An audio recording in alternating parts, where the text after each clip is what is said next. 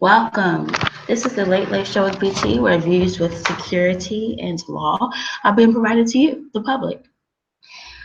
Today, we are going to be reading from Cosmopolitan, October 2016, American Fitness, November, December 2015, Marie Claire, October 2016, Ebony, August 2015, Maxim, October 2015, and Red Book, March 2016.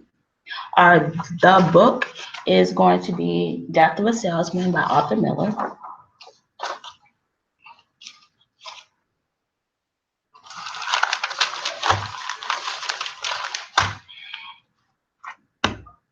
So we are still working on the book for the show. So still, I'm thinking that it may be completed. I'm hoping to be completed by March of 2018. We began March 2017, so I'm hoping that it will be completed in a year.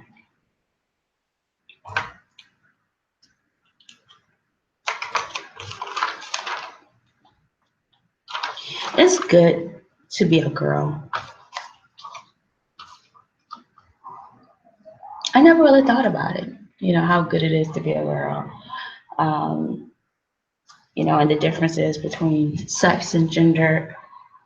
But it's something to think about, you know, um, what benefits does being a girl have?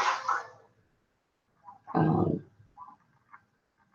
I just uncovered that there are there's an exception when it comes to the Sabbath that being a girl has versus being a guy. Um, and that was kind of a huge discovery.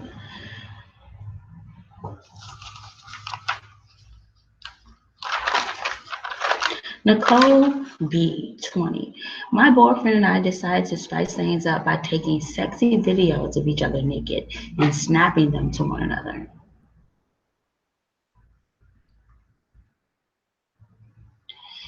I don't really see how that would spice up my relationship. I don't really see how that would spice it up. Maybe it'll spice it up if, you got naked and I knew how to sculpt you or draw you or something like that. Um, you know, maybe that would, but then it's important. It's how is that spicing it up? Because that's like artistic, that's something that's like college days, you know, drawing naked people as art. So it would definitely add an artistic quality to the relationship if I were to draw him naked, or if he was to draw me naked, or if he was to sculpt me naked, or if I did not know how to do that. I did not know how to, but if I were to sculpt him naked, it would be interesting. But then who would you share that with? Like, yeah, like, someone walking into your house and, or, where do you put that in the living room? It's like, yeah, that's me. And like, yeah, that's him. You know, uh, yeah.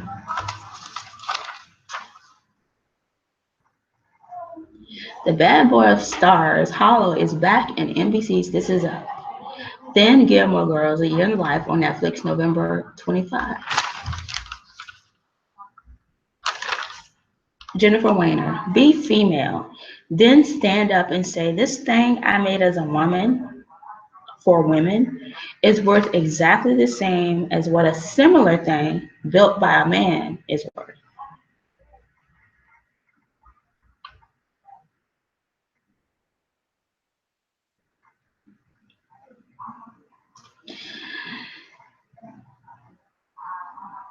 What if it isn't? What if it was built on the Sabbath? What if it isn't? What if there's a different worth? What if, you're into thinking that the man is worth more and you want to be equal to the man? What if you knocked yourself out as a woman in terms of worth by trying to be equal to the man? Bite the ballot. Has there ever been an election year more batshit than this one?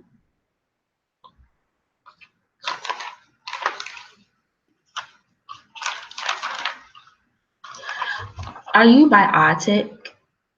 This is what it means to be biotic.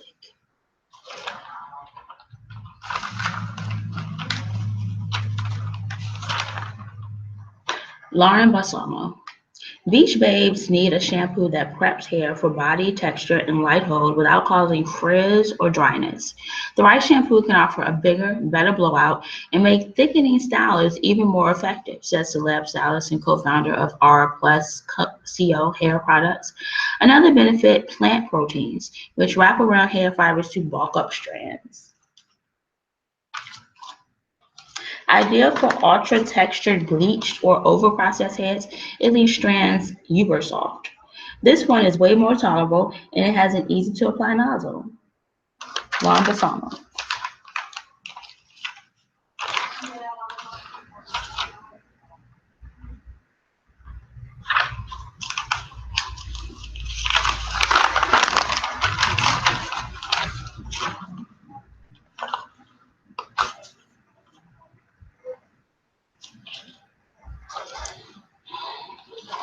Jessica Macklin. The brand's new serum is infused with a botanical complex clinically tested to bulk up hair so it looks thicker. For 3 days of frizz-free bliss, try this. Before bed, run the PM balm through dry hair. Once misted onto your hair, the undetectable particles cling to strands, creating gaps between them.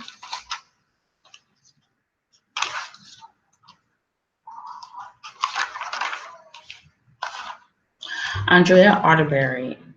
I always believed that when Black women used this term, it meant they didn't use a chemical relaxer. The consensus among Black people was that straight was better too. No one wanted to be labeled as having nappy, unmanageable hair. Once I got to college, I used a relaxer, but the chemicals were so strong my hair started to fall out. In 2009, Chris Rock's film Good Hair examined the Black hair care market, which hit $2.7 billion in sales last year, and the lengths Black women go to for straight strands. Sales of those spiked by $25 million between 2014 and 2015, and that figure doesn't even include beauty supply stores. But one of the biggest moments in natural hair, transitioning from relaxed to natural hair can be tricky. You're dealing with two textures. Well, if you don't know, I'm natural. But I haven't always been. Some people have always been, even as kids, and they never get out of that. That's how they're raised. But for me, I went through that stage of having natural hair. And what happened was I went on a trip out of state and I had gotten a style that I could manage, while out of the country. And so when I returned, I found that my hair was a matted mess. And I couldn't, it just wouldn't come apart no matter how hard I tried to, comb it out or whatnot. Um, and so that was when I first started being natural, and that was in 1998. I had to cut it all out, as if, like back in the day, you got like gum in your hair and, you wake up, you go to sleep with gum in your mouth and you wake up, the gum is in your hair and you have to like maneuver it out, you know. it was nothing like that. It couldn't be maneuvered out. So I ended up cutting it, wearing a short style for a while, and that was the beginning of me being natural. So the style, how you put your hair in braids, it was like a natural style, but underneath it, my hair, I just had the growth of wearing, those type of styles. But that's how I started being natural, and I have stayed in this community since then. Yeah.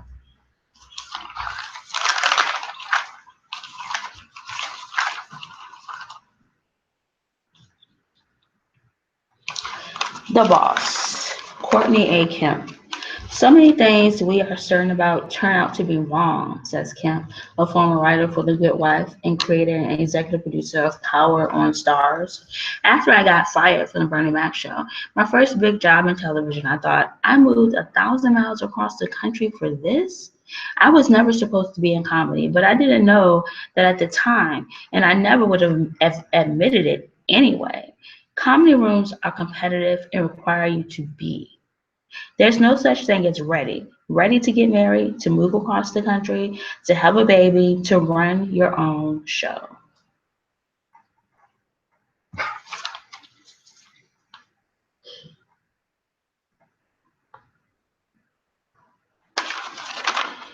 Well, I never really called myself being certain about anything. Um, you know, maybe that's why, I have had to experience different things because it's not that I doubted things, or that things could happen. It's just that I never put power into being certain about something for it to even be wrong. It wasn't until, and I know now it was because I didn't have access to the knowledge, and you just shouldn't do that. You shouldn't call yourself prepared to be certain about something when you're not privy or when you don't have access to the knowledge of that something. It's like you're trying to play a crap game on somebody, and what if someone else's life is involved, and you're wrong, but you want to be right and certain so much, so that never, I never found myself in that, but I had to experience and still experiencing some experiences by going a different route. And, but the good thing is I have access to knowledge now. I proved myself worthy.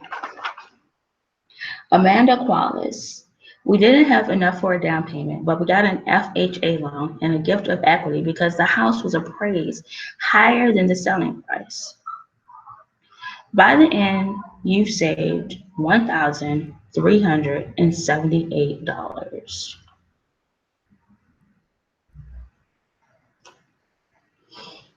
So I was thinking about getting a house, because the amount that you pay for an apartment is like, well, you might as well get a house and it's yours. But I had to admit that I'm not settled.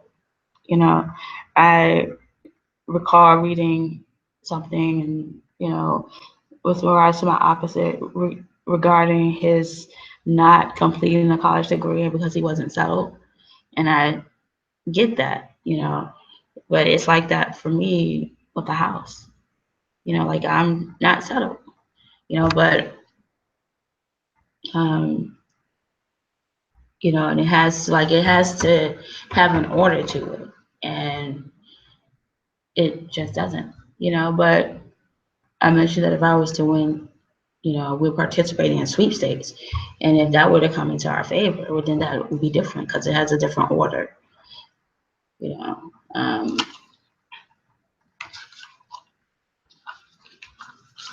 it will serve a different purpose as opposed to living in a house and like this is where you're going to be. What if you want to move across country? What if you want to move into another state? And you're tied into this house for 5 years. 7 years.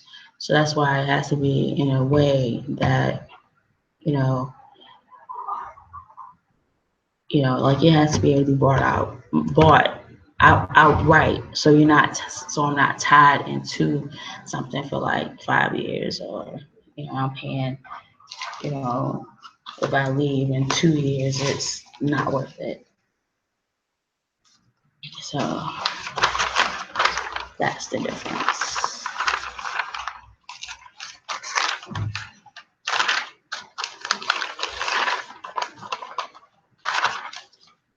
Jessica Matlin. 2 ways to build volume in your sleep. Seriously.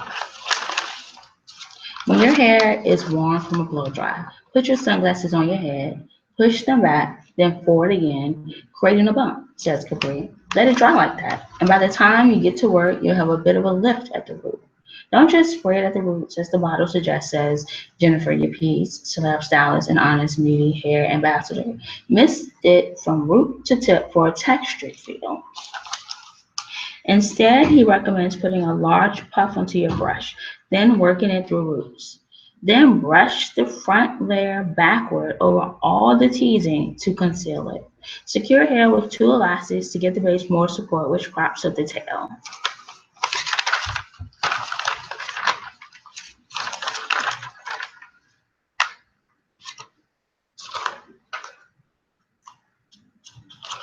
So I just recently cut my hair. So there's no ponytail happening, no ponytail action happening right now.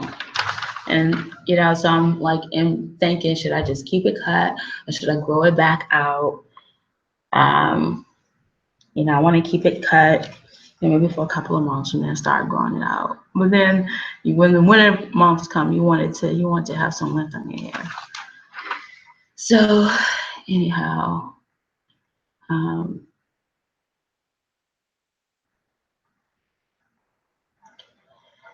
I'm donning the short hair now after having locks from 2012, and then I just recently cut it in 2017. So I had like 5 years of hair on my head. Well, I had cut it in 2016, I think, and then I cut it completely off in 2017.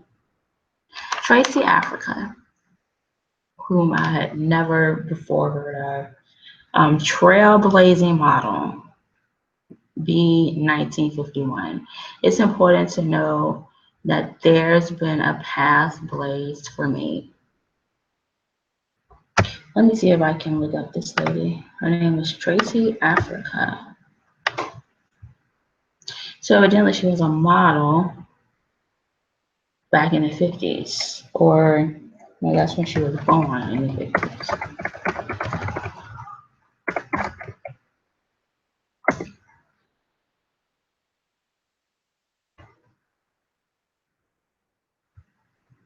Okay, so it's as if her nickname is Africa, um, but her name is Tracy Norman.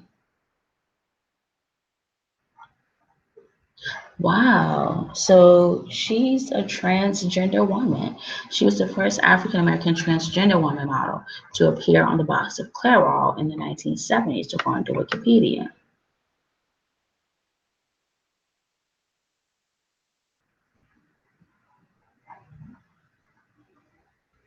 So this was even before I was born. Wow.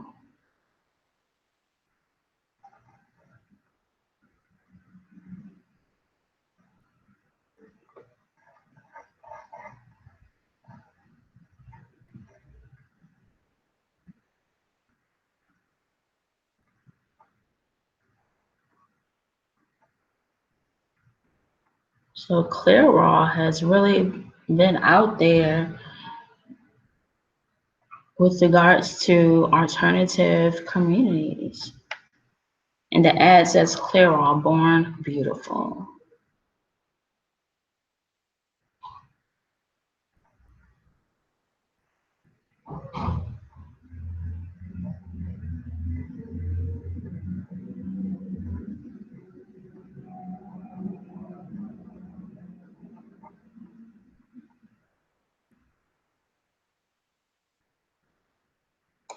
And evidently, recently in 2016, her and another transgender model appeared on the cover of Harper's Bazaar.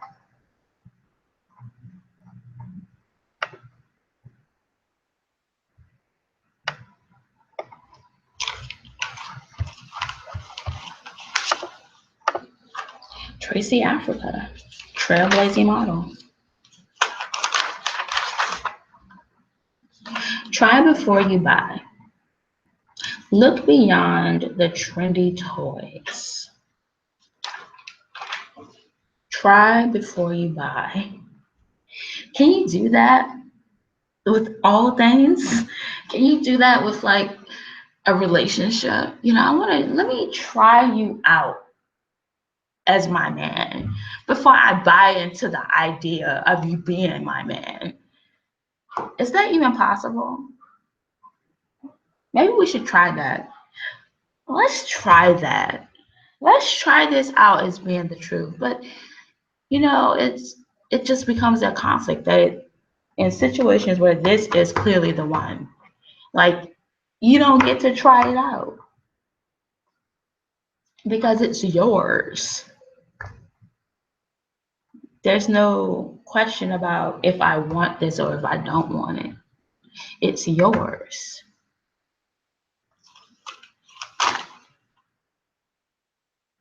The secret to better boning is all in your head. So I remember someone that there is a quote of someone trying to tell, don't waste a boner. The secret to better boning is all in your head. What is that? What is a boner and boning? What exactly is that? What does that refer to?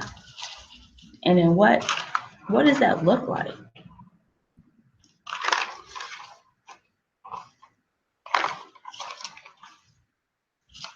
Michelle Lewis.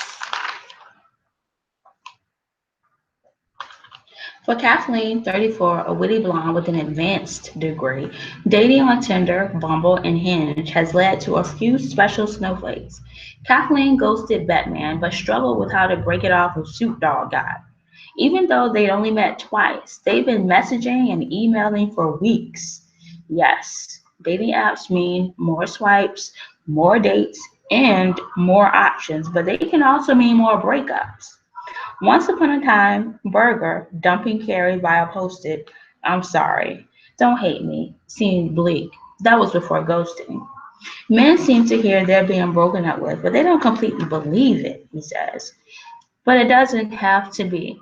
Participants in a 2010 study at Illinois State University rated face-to-face breakups, in which the dumper explains the reasons openly and with a positive spin, i.e., thanking them for your time together, as the most compassionate compared with avoiding the person or ending things by text message or email.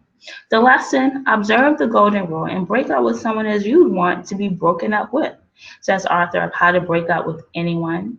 Breakups are an opportunity to build your emotional muscle, she says. Look at them like practice. Even when you find the one, there are going to be difficult, uncomfortable moments. When you've been texting, but you've decided you're not interested in meeting IRL, if you've never breathed the same air, many experts agree you don't owe him anything and can let the chain die. Even if the person might seem like a perfect stranger, he could be the brother of the CEO who determines whether you get that job, says Fields. I really wish you all the best. If you're bouncing to focus on someone else, be honest. I had such a fun time with you, but it's getting more serious with someone else. And I feel like I need to give that a real shot. It's best to suggest an FWB scenario sooner in the relationship rather than later, when you want to be actual friends. I respect you and I want to be honest with you. Warning, only throw out the friend request when you mean it, not just to soften the blow.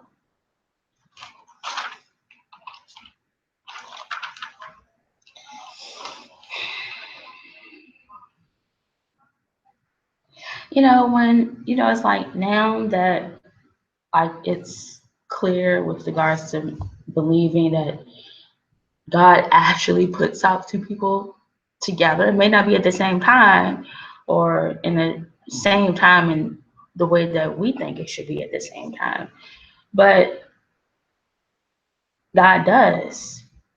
So any breakups prior to that, just probably really should have been sooner than later because it never was you.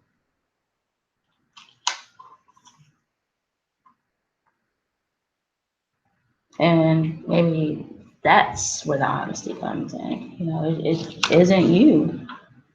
You go through these, if I had the choice, I would have been a person that just never went through any, you know, of these experiences.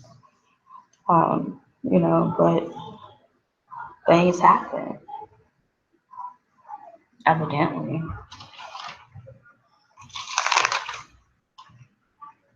I don't think I've ever broken with anybody in person.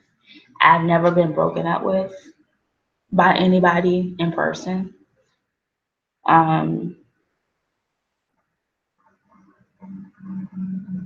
there's only ever been for me one breakup where it was actually a clear, where it was, where words, where this isn't working, where that was the experience versus just, something that just ended or phased out. And that wasn't a good experience. That was like early on. And so after that, um, maybe in some way to not go through that again, it's just started to be phased out as opposed to specifically having the words, this isn't happening, this isn't who we are.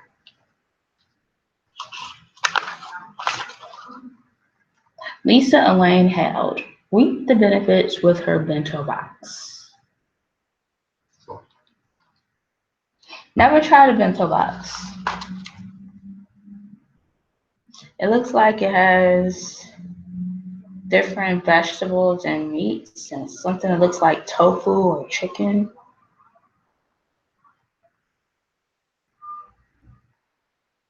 It looks somewhat interesting. I'm not going to say I wouldn't try it. Source Jennifer Ashton, MD, OBGYN, and ABC News, Chief Women's Health Correspondent. A too big rubber can easily slip off during or after sex, leaving you vulnerable to infections and unintended pregnancies. That's why they have an 18% failure rate with typical use. So consider backup birth control. That's another thing. I've never been on birth control. I've just never been one for the drugs. I'll take a Tylenol or an Advil, ibuprofen, to help with feminine symptoms. But something on a regular basis, like birth control, just hasn't been for me.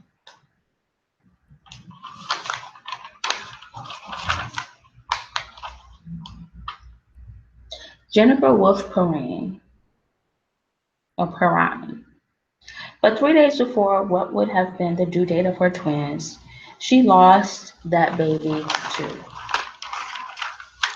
Dr. Feldman has written several books on what is officially called fictitious disorder, when someone pretends to be sick or literally makes herself sick or imposes symptoms on someone else, usually a child. Sufferers have been known to inject themselves with bacteria, drink drain cleaner, or stab themselves. Every year, Doctor hears from nearly 300 people with concerns about those who appear to be faking illness, online, offline, and increasingly both. People who lie about their health online are often drawn there by legitimate medical concerns, Doctor says. They are surprised and comforted by the community they find. In typical cases, the poser is delighted by the support and there is a change. They start to lie, claiming perhaps their illness has been confirmed by doctors. They have a particularly severe case or they are terminal, doctor says. After Anna was outed as a fake on Babysitter, the group's members reeled at the betrayal. To pass the time, she went on Babysitter's boards, first pretending to be Kelly, a 40-year-old in her first trimester, then Anna, beautiful, thin, and happily married. Anna told me she had suffered miscarriages, two of them, but that was years earlier. Pretending to be pregnant and miscarrying helps me work through my grief, she says. Online, Anna dipped into a few groups, but the one she connected to most was for miscarriage, stillbirth, and infant loss. I felt good when people said, I've been thinking about you. Anna tried to stop herself from posting by creating a password to block internet access on her phone. They're too ashamed, he says, and too attached to the behavior. The two became close online, but after a while, Carmody said she needed some distance. When she returned to the message boards, Anna was nowhere to be found. I have been thinking of her too, another woman wrote. Wow. I just haven't really thought about that because I don't really, the only boards that I even go in is my Facebook, and there are people that I know from high school or people that have come across and asked to be friends. Um, so I don't go into any outside boards, and I thought about anybody posting anything that is not true, about them being married or about them being pregnant, because I guess technically you don't know who it is. You don't know they're telling the truth. They could be doing research for a book that they want to do or trying out a new character for a screenplay they want to write. You don't, you never really know, and some people be in it because they're actually going through it, and it's something that is not right, I think, about that is that pretension. This doctor is referring to it as a disorder, as opposed to someone doing research.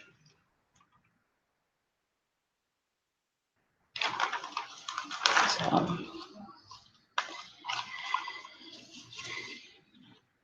I guess all that to say, just recommend, you know, helping out, with the posting with people that you have a permanent connection with.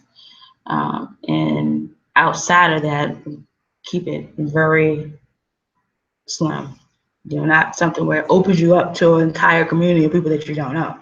No matter how tempted you are to want to have friends or likes or, you know, um, shares or whatever it is you're trying to get up in your numbers, however tempted you may be, in this social media industry, just have some restraint. You have to move out by the end of the month.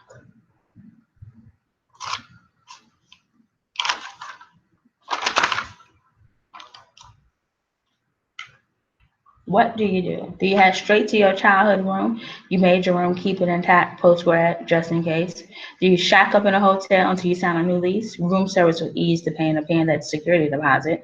Or do you assemble the mover stack? The new place isn't quite renovated yet. You just have to live without the remote control blackout curtains for a few days.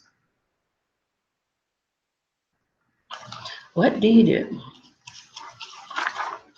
The thing that I think about that, I don't think that anybody that cares about you would ask you to leave, especially if you don't have a car.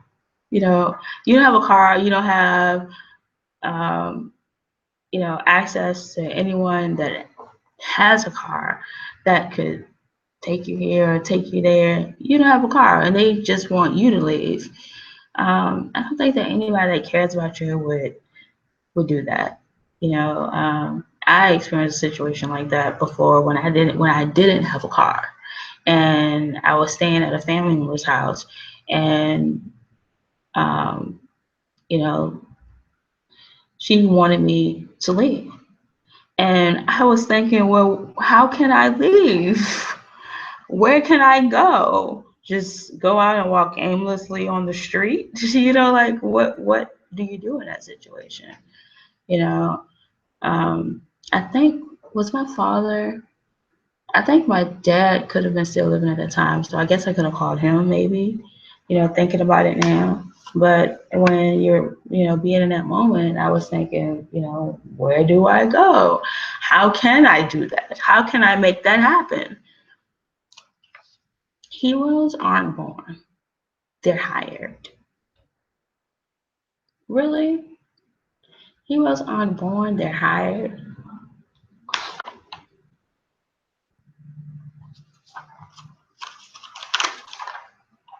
Beauty report next best thing. No, not the next best thing, but the next big thing. Beauty school, that's interesting. I remember thinking that when I have kids, I think I want to homeschool them, just because I just saw myself as a traveler. It wasn't about me not thinking that public schools or private school instructors that they weren't competent to protect your children or to hire qualified instructors or teachers.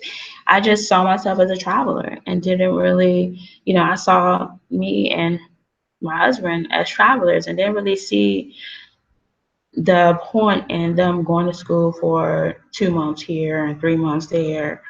So it just made sense to have them homeschool, and that would include things like beauty.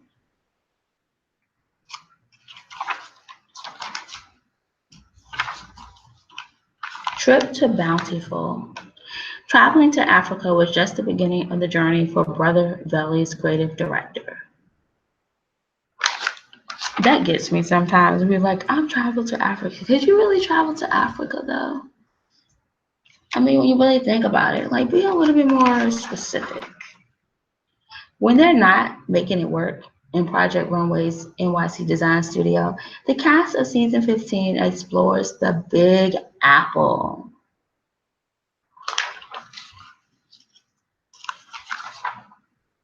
Touring platforms rise to every occasion, with disco attitude to boot.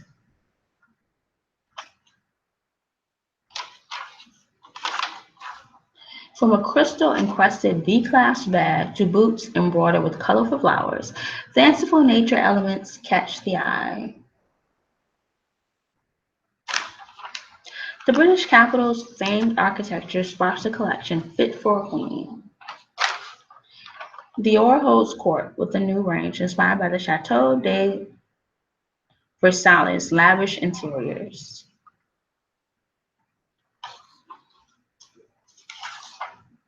Behind the pages.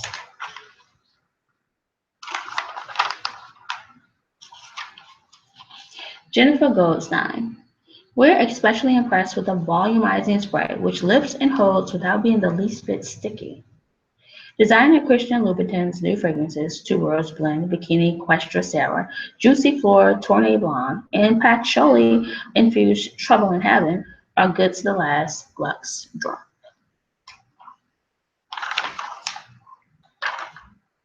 Jennifer Goldstein.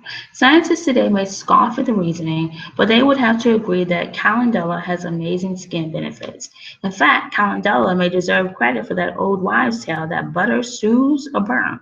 Back in the day, some dairy farmers used the flower's golden extract to tint butter churned in a ball, when milk would be low in keratin and paler in color.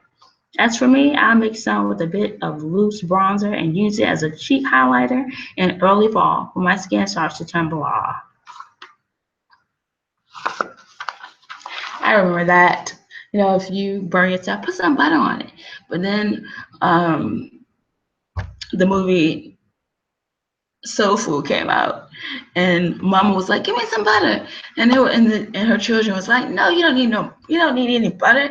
You need some ice." It's burning. You need something cold, not butter.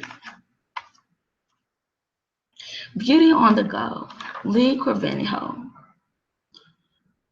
Top travel advice. Even if your flight is supposed to be short, grab a sandwich and some water at the airport, or at least have a pack of nuts or a piece of fruit on hand. Many travelers think they'll just eat when they get to their destination, but that could be quite a few hours, especially if there's a delay.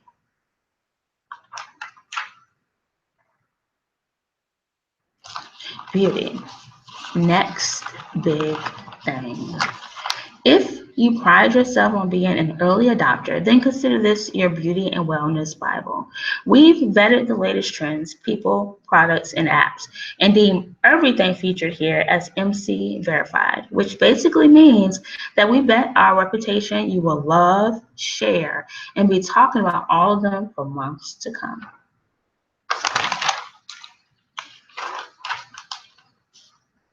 The next big thing.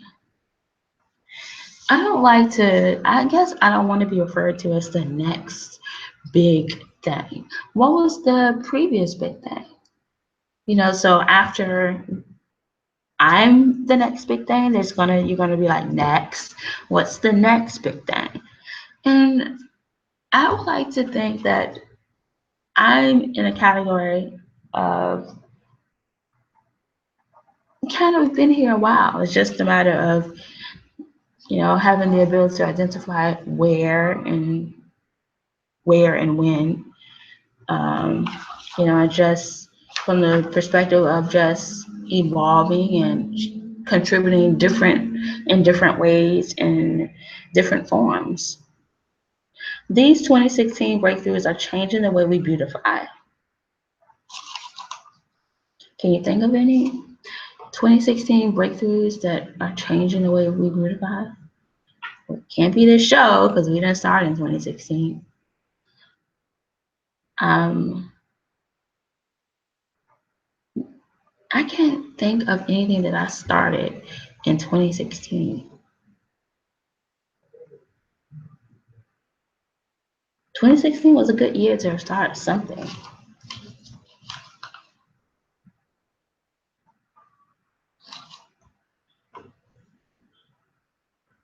2016.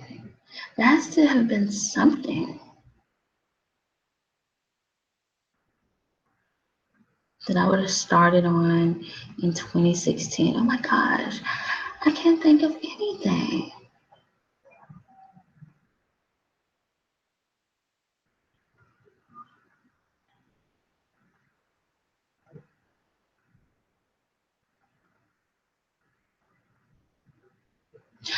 Wait a minute, maybe it was Brad Pitt.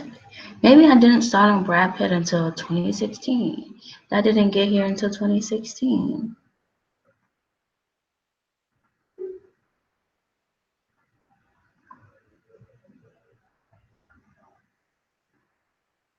Yeah, what if Brad Pitt had 2016?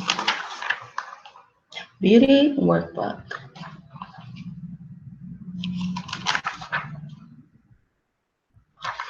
But I guess that if Brad Pitt had 2016, then it would have been here in 2015.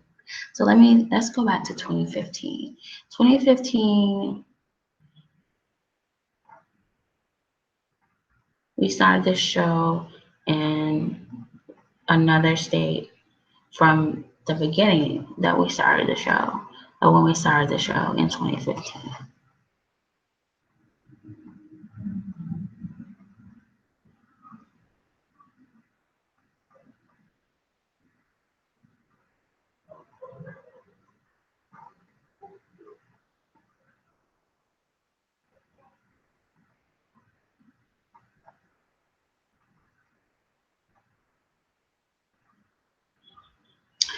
No, I think Brad Pitt occurred before 2016.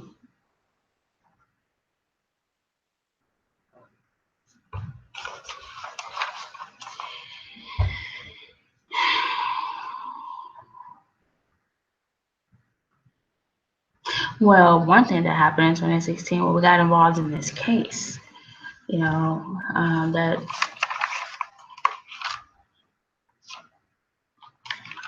um, So, but that's not really very favorable, but we did get involved in a real life case in 2016.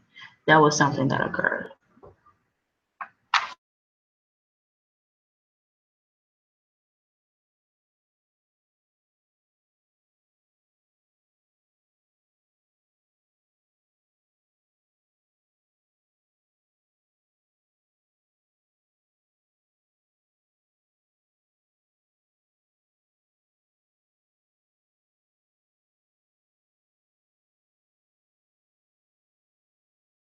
Which is the ability to be undaunted by fear, is the true and rare essence of your leadership. Through photosynthesis, trees turn the carbon dioxide humans exhale into energy for themselves and into the oxygen we need to breathe. Encourage the dynamic by switching up your schedule, taking different routes, meeting people you might ordinarily pass by to access the opportunity in the air. Assert yourself. The beautiful thing is that you seem to be confirming what you already know.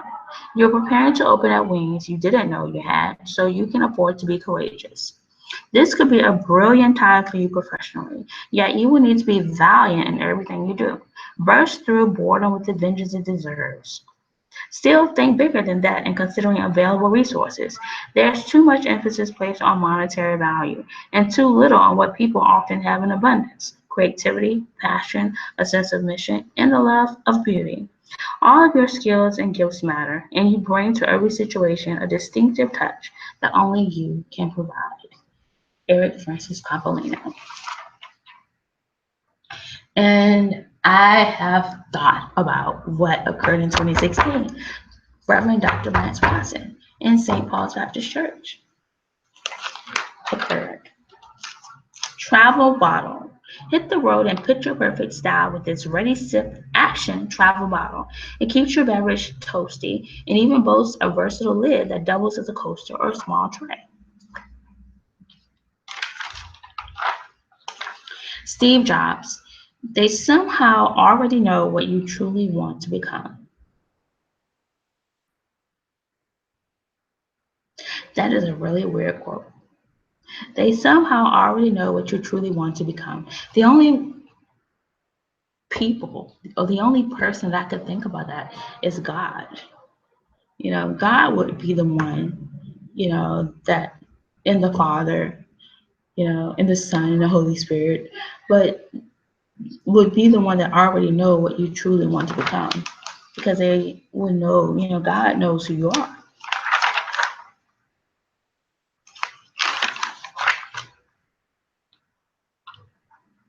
Stacy Penny MS.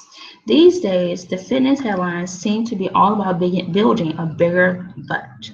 The gluteus maximus, the biggest muscle in the body, is a powerful hip extensor and external rotator.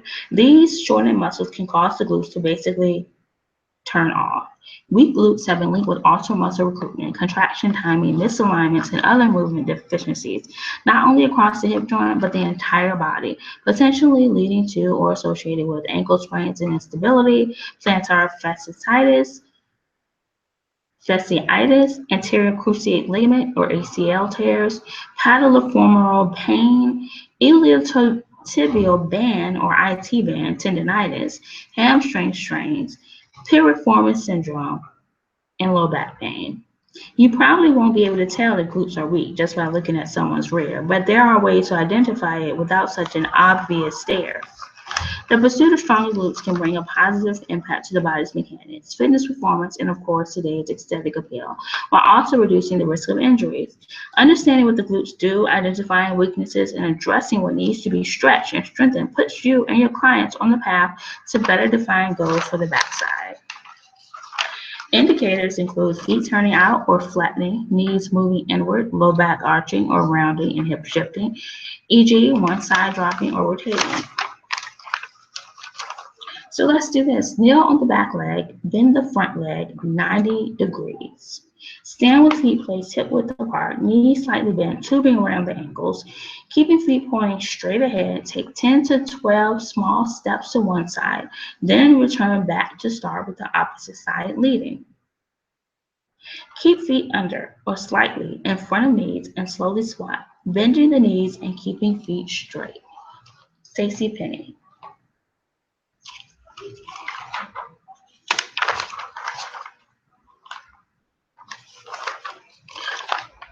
Now it's time for Fueling the Body by George L. Redmond, PhD, ND.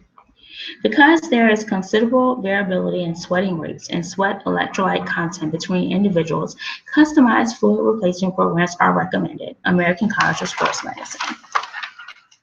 Fueling the body.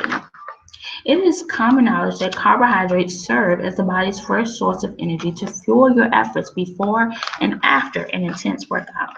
However, the more intense and longer your activity, the body shifts to 80% usage of carbohydrates. While the body appears to have ways to call upon backup fuel sources, metabolically, using carbs as the muscles and brain's primary fuel source, physiologically is a more efficient and easier process because the body doesn't need a boatload of oxygen to do so. As I am sure you have surmised here, carbohydrates stored as glycogen make an easily accessible source of energy for the body to call upon its backup fuel. On the other hand, to mobilize, meaning extracting fat from storage sites, involves initiating a sequence of extremely complex physiological reactions that requires an enormous amount of oxygen to be present. Accordingly, renowned sports medicine researchers, the late Dr. PhD at the University of Texas and Dr. David L. Castile, PhD, who has served as director of the Ball State University Human Performance Laboratory, co-authors of Physiology of Sport and Exercise, state that carbohydrates can produce nearly 20 times more energy in the form of ATP, adenosine triphosphate, per gram when metabolized in the presence of adequate oxygen than when generated in an oxygen-starved anaerobic environment as your efforts intensify. The other negative here is that the body will also start extracting protein from hard-earned muscle tissue to fuel your efforts. This is why sports nutrition researchers insist that protein should not be thought of or used as a primary fuel source. Furthermore, investigators at the University Medical School, Forrester Hill, Aberdeen, and Scotland, also say that the aim should be to start each bout of exercise in a fluid replete state that can only be achieved if the volume of fluid lost in sweat is replenished together with sufficient electrolytes. At this point, key questions begin to emerge, such as just what are electrolytes and how do they generate and sustain energy, especially muscle energy? First of all, electrolytes are minerals that the body has via an elaborate chemical process, completely broken down into their smallest components, a process called ionization. Electrolytes and body fluids fundamentally are the electrical energy that keeps the body functioning. The electrical power that these internal commandos generate was first demonstrated by the late Nobel Prize winner Dr. when he kept a chicken heart alive, beating for 28 years outside the body by reproducing new cells in an electrolyte solution. These ions carry electrical impulses to the brain, nerves, and muscles that give commands to various areas of the body to execute specific functions. Two of the body's main electrolytes, sodium and potassium, are lost through sweat quickly during a workout. In fact, electrolytes are so vital to energizing life and the overall maintenance of body and organ systems that when electrolyte levels are severely compromised, this can become life-threatening as they maintain the body's electrical conductivity. Sports medicine researchers now know that both muscle tissue and neurons, cells that send messages and receive messages from your brain through electrical signals, are considered electric tissues of the body. Muscles and neurons are activated by electrolyte activity between fluids, extracellular, interstitial, and intracellular found in the body. George Redmond, PhD, ND. So there's always that when something is shared and it's like, in fact, electrolytes are so vital to energizing life and the overall maintenance of body and organ systems that when electrolyte levels are severely compromised, this can become life-threatening. And it's just that offender that's like, how can we do that? How can we make that happen? This show, as mentioned, is used with security and draw. A fresh orange is a great addition to breakfast or lunch.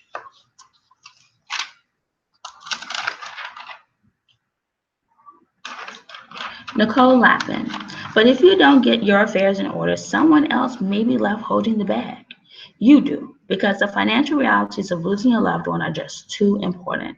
I know it's uncomfortable, but the more paperwork and clarity you provide now, the less red tape, expense, and confusion your family will have to deal with later. Raise your hand if you already have the answer to all of these questions. If your spouse dies, do you know where he wants to be buried? It's probably someone you love and trust very much. Tell her so. Then get to business. Figure out how much to insure yourself and your husband by considering your individual income, debts that'll still need to be paid, and anything else you want to cover, like college tuition or burial costs. Of course, no plan out there can ever make up for losing you because, girl, you know you're one of a kind, but it can ease the burden on the family you leave behind.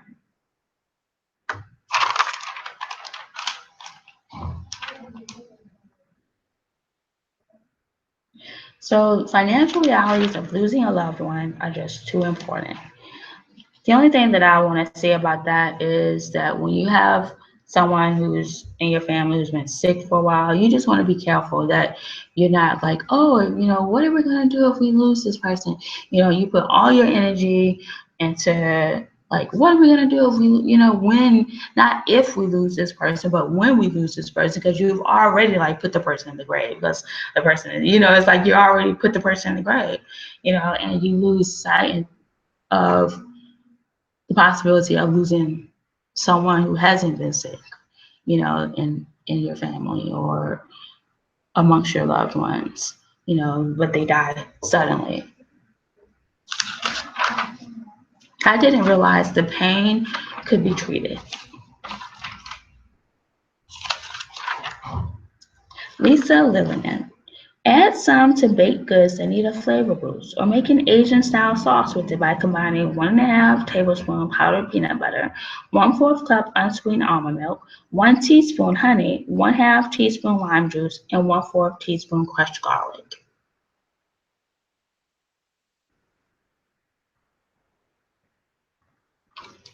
Doesn't sound too appealing to me. Just the almond milk mixed with lime juice and peanut butter, just doesn't sit too good.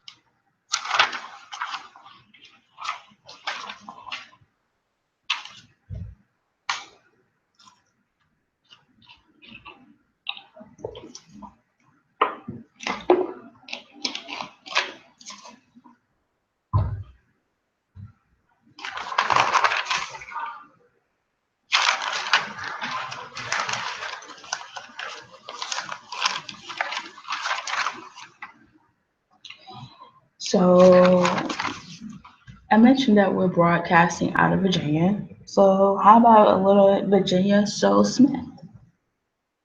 After all, Rachel was the kind of girl who celebrated her birthday by taking trapeze lessons. She was tenacious and brave.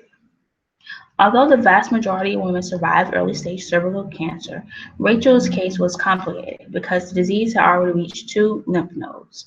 She soon underwent surgery, chemotherapy, and radiation and began planning a trip to Bali in Korea for the fall. But there's still too much that we don't know about these cancers.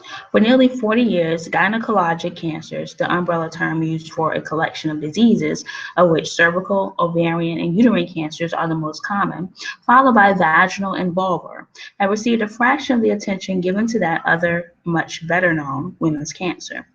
Billions of research dollars later, almost 99% of the women in that group will survive past that benchmark.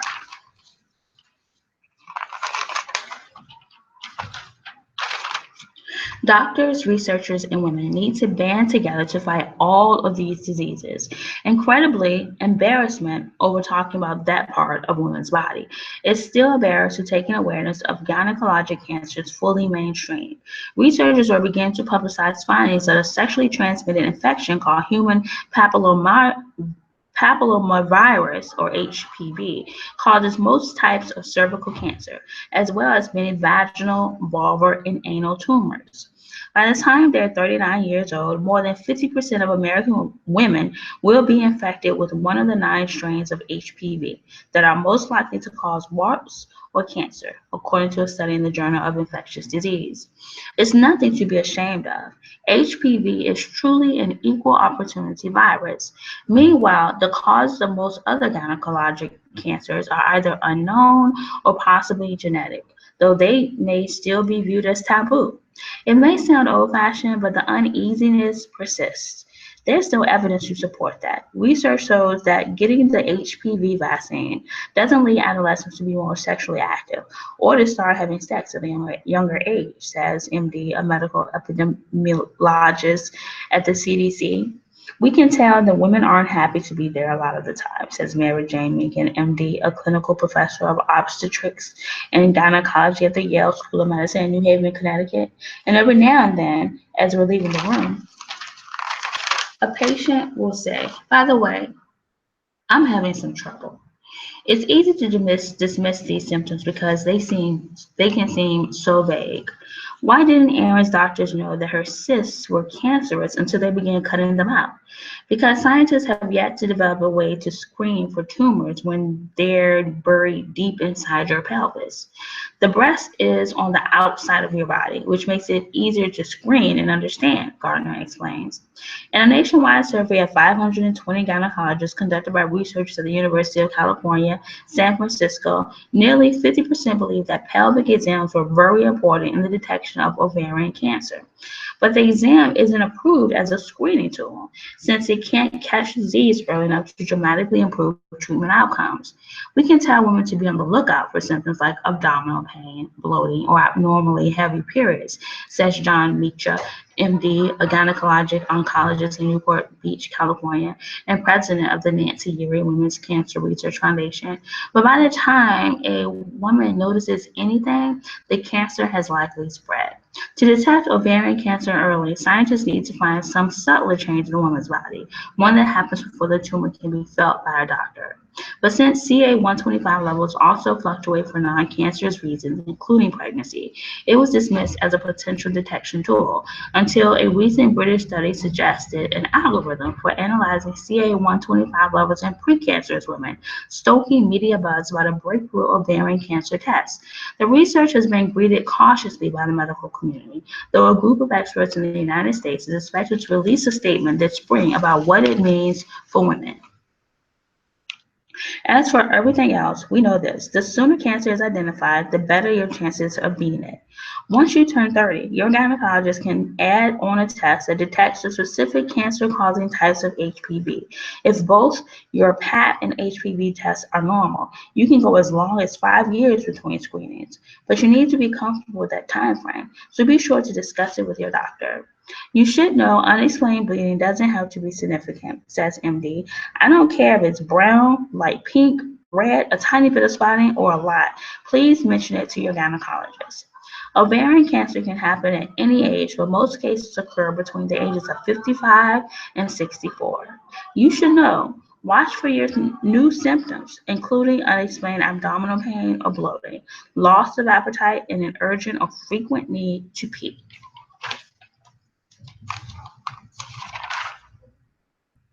In some cases, the pap smear even prevents cancer by allowing doctors to find and treat cells and lesions that could lead to cervical cancer, as well as some vaginal and vulvar cancers before they develop into a larger problem. With diagnoses happening late in the game, a woman with gynecologic cancer needs the best treatment and quickly, but there simply aren't enough gynecologic oncologists.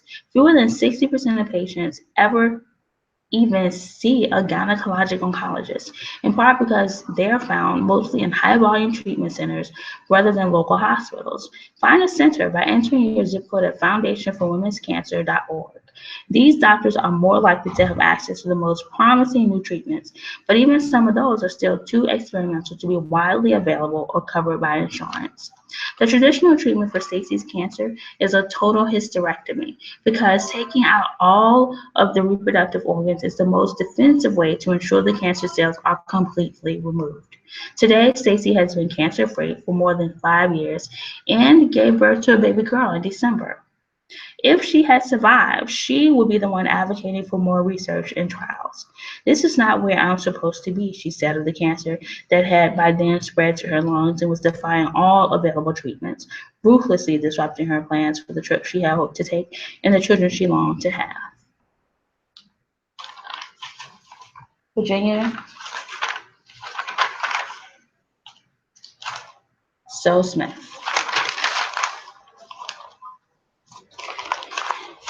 So I would like to think that we are a show, or we will be a show that supports cancer prevention.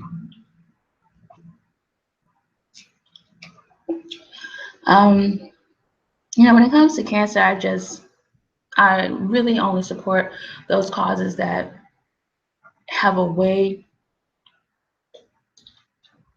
of communicating their prevention, not when they're like, let's kill cancer, but when they, it's clear that they are um, eloquent in their communication and their efforts.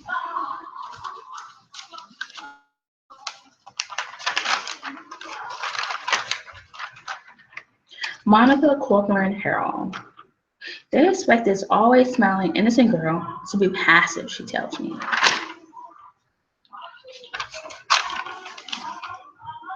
So as Monica Corcoran Harrell, you began to expand your personal brand with a fitness line. What's the best professional advice you've ever received?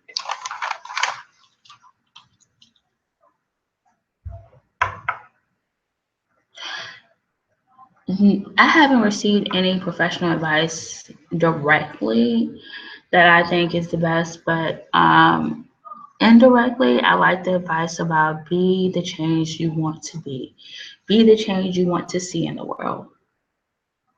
But there must be a part of you that's a little type A.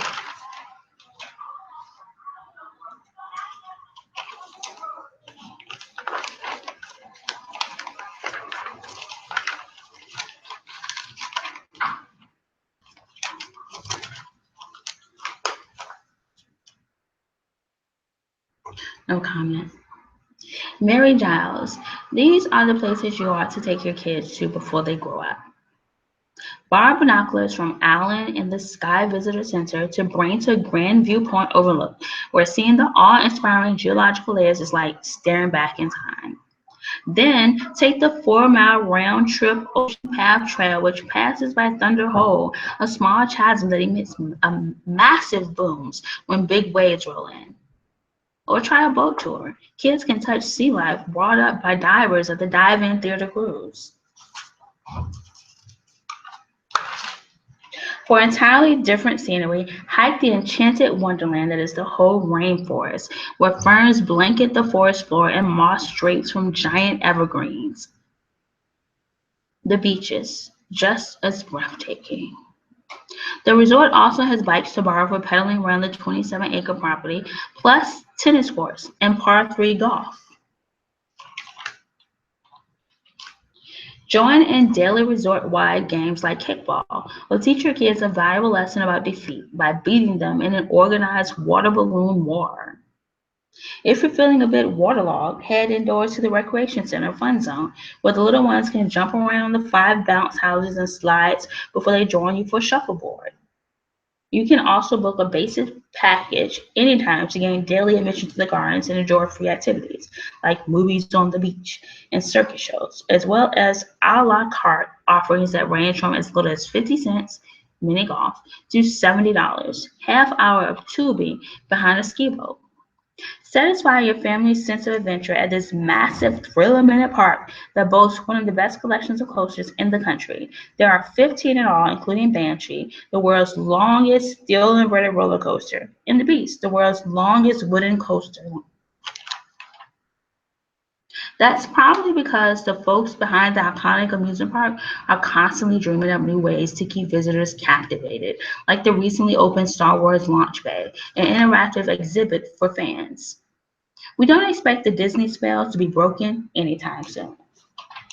Mary Giles.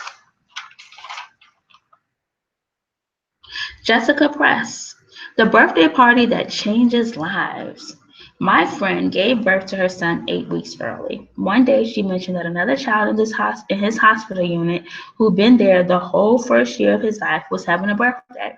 More than 3 million US children are hospitalized each year. And if Stephanie has her way, whether they're in for a day or a year, none of them will be deprived the joy of celebrating their birthday. In January 2014, Stephanie launched the Confetti Foundation, TCF, which provides free party supply kits for children who are hospitalized on their big day. Now, she and her team pack theme boxes, then ship them to birthday fairies nationwide who deliver them to their local children's hospitals. This will be the last birthday some of these kids will have, so to be able to create that moment of joy for them and their families is everything. Stephanie is spreading an epidemic of happiness as event planner, TCF's first birthday fairy. He's been in the hospital on his birthday and once on his brother's birthday, so I know how awful it can be to not celebrate your child's life the way you want. Become a birthday fairy. So I think that's interesting. That's an interesting job, a birthday fairy. And all you do is go to hospitals and give children birthdays. So I think that's interesting. Birthday fairies for TCF or the Confetti Foundation. The best and easiest feast.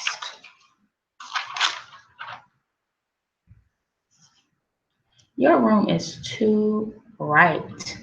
The more cave-like your room, the better for lulling yourself into a long slumber, says MD, Associate Professor of Clinical Medicine at the University of Pennsylvania. For a night of five-star quality, try these blackout shades.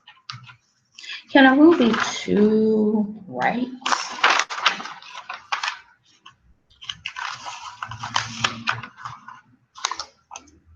Paul kicks.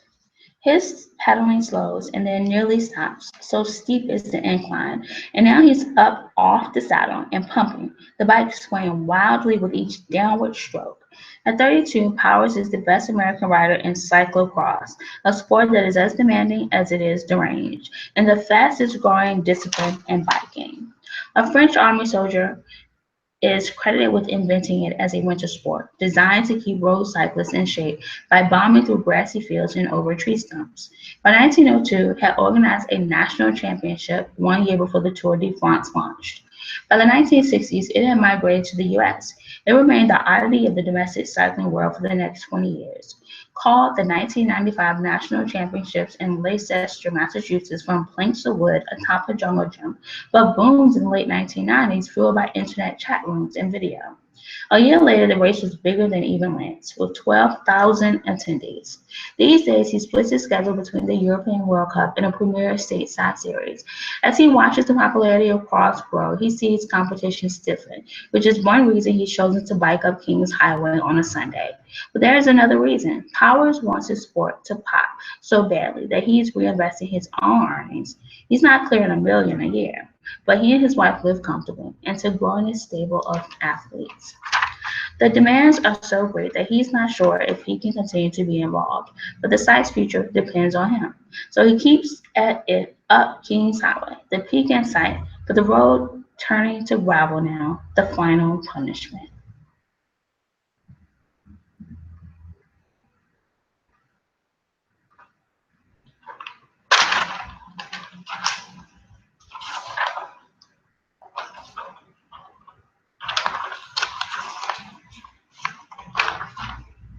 Arnold Schwarzenegger, either a T-bar row or a calf raised machine.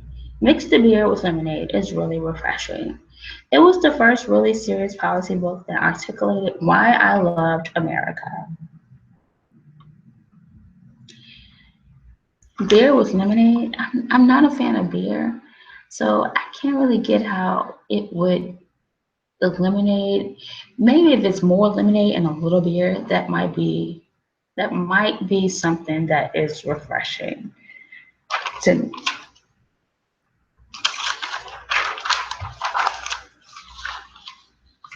Bill Schultz. Consider the visual majesty of undefeated UFC superstar whose stirring visage is even more beautiful than the perfectly executed armbar that vanquishes her hapless opponents. Then there are the untold legions of distractingly toned fitness models on Instagram, whose ripped physiques recall the audaciously buff far more than those bulky lady bodybuilders of yore.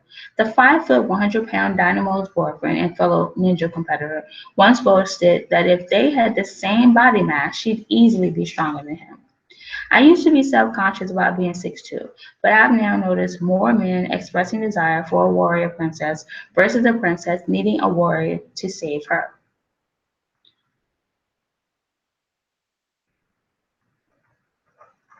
Mad Max took a back seat to tough as hell Imperator Furiosa.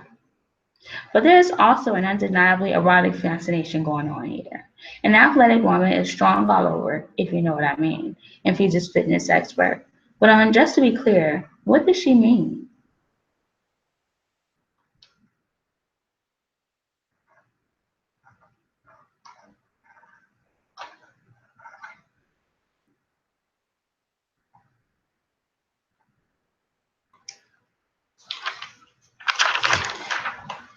That's a good question when you're not clear. But just to be clear, what does she mean? What is meant by that? I don't need to be anyone's trophy. I know it sounds terrible to say, but the killing scenes are going to be so cool. Get to know the brew's range with one great American beer from some of its most popular styles. Brewing trouble. The beer business can get messy. The backstory. Whose beer is the true Bud? The Budweiser that Americans know was birthed in St. Louis in 1876, though its name is Sec for of Budweiser. But the term dates back to warm brewed lagers in Gold Rush era California, though the exact steam in question is lost to history. It's getting tangled. Elysian Brewing Company makes a beer called Loser, but the tagline corporate beer still sucks. But the small brewery is bought by Budweiser, making AB InBev, which last winter also ran a Super Bowl and making fun of craft fans who fuss over and dissect beer. So I've never been a beer person. It just doesn't appeal to my taste buds. The biggest wins happen on the road.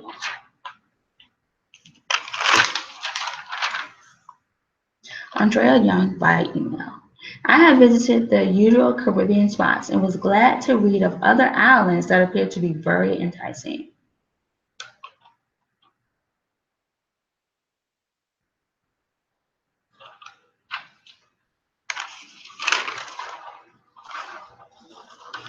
So I've only gone to the Bahamas and it was so vague. It's like the high school trip.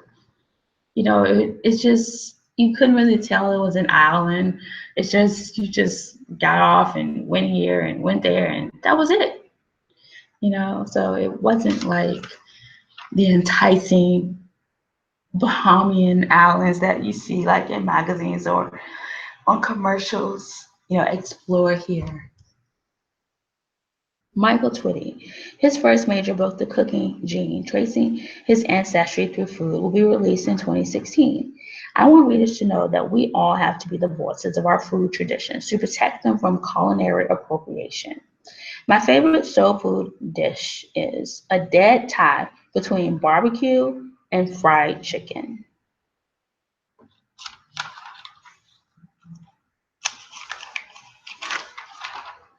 I read the script and just knew it was a story that needed to be told.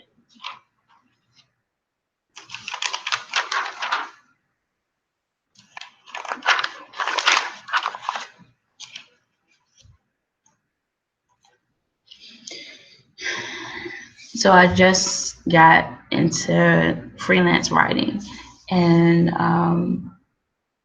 one of the um, sources requests that um, just check them out or view some of their samples so you can get an idea of who they are and the type of things they publish.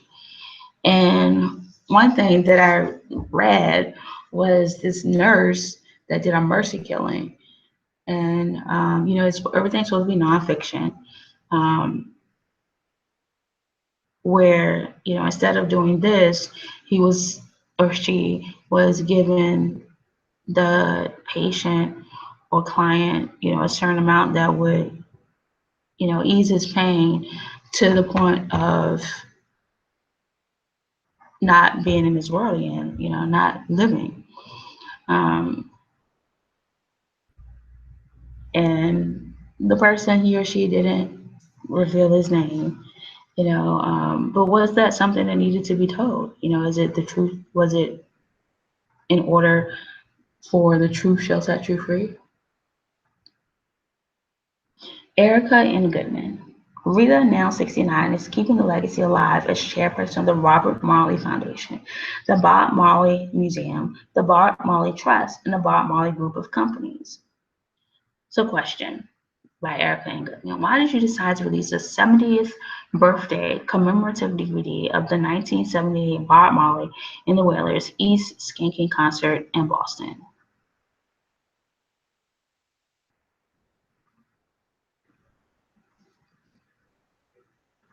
So at this point, I was a year old. Um,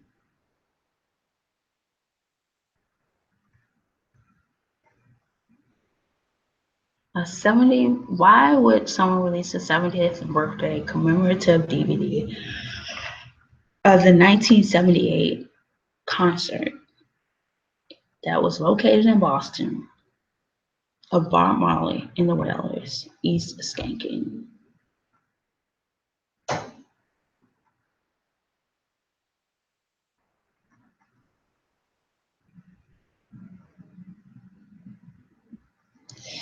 My suggestion or my question is that it was a crowd, that it was a good concert. The reason that, um, the whole, like one of the purposes that Bob Marley was out, that he was trying to show, um, that it was a good market for it, which was probably a reason why it got recorded. It was probably a reason why it was released, in 70, on the 70th birthday. And it's a good concert, and it actually doesn't go, because I remember reading something about um, what they would go through, or what some of the radio stations, would go through at that time of having to get things played, and how sometimes things can be violent and aggressive, like overly aggressive, with crime, with criminal pursuits to just get something played on the radio.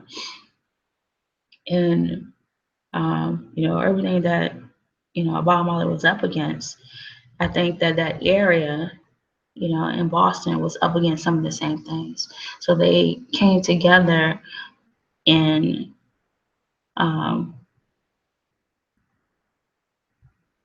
with, that's how they were able to come together with something that they both were kind of going through, and something that they were both trying to combat, in terms of, what they were up against, in society, whether it's local, whether it's regional, whether it's national. So I think that capturing that community, that commonality, and releasing that is a way to still be in that same spirit of combating it.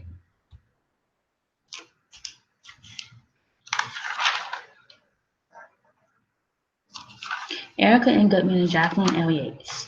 Best known for roles on Orange is the New Black and True Blood, actress Tanya Wright has launched a product line that's ahead of the curve and close to her heart.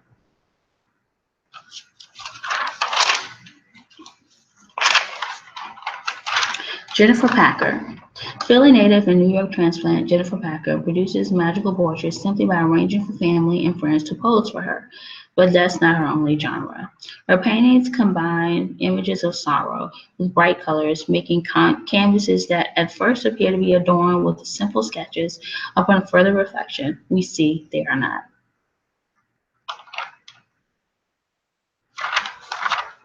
Jennifer Packer. Michael Twitty. Is it just a matter of time before chitlins are promoted as an example of ethical, sustainable whole animal cooking? Originally domesticated in Africa, it was brought to this continent via the Black Holocaust, the American slave trade. Southern barbecue has gone the way of the banjo. It was once a staple of Black culture that has now become symbolic of white Southern culture. Interesting. Barbecue.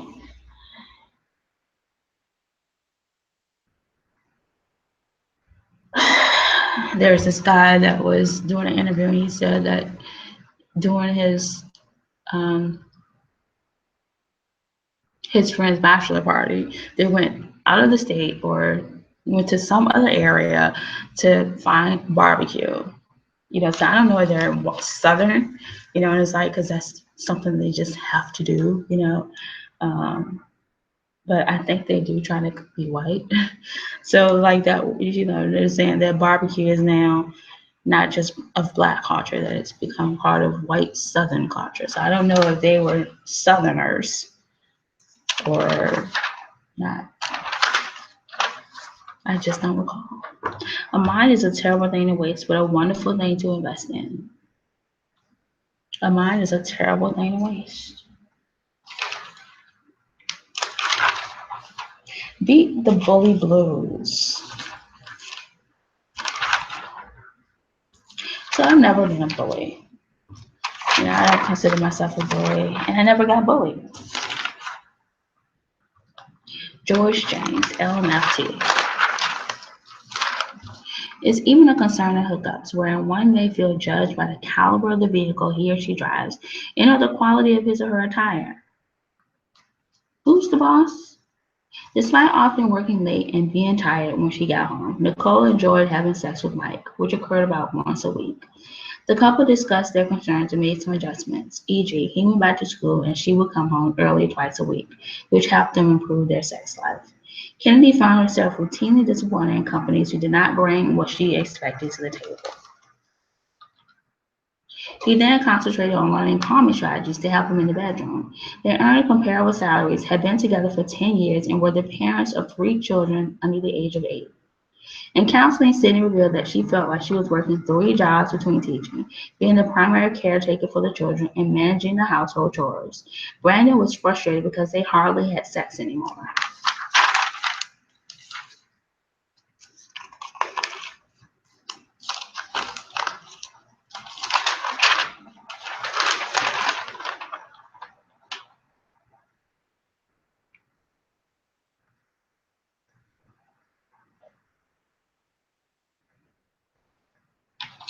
I remember thinking like Kennedy.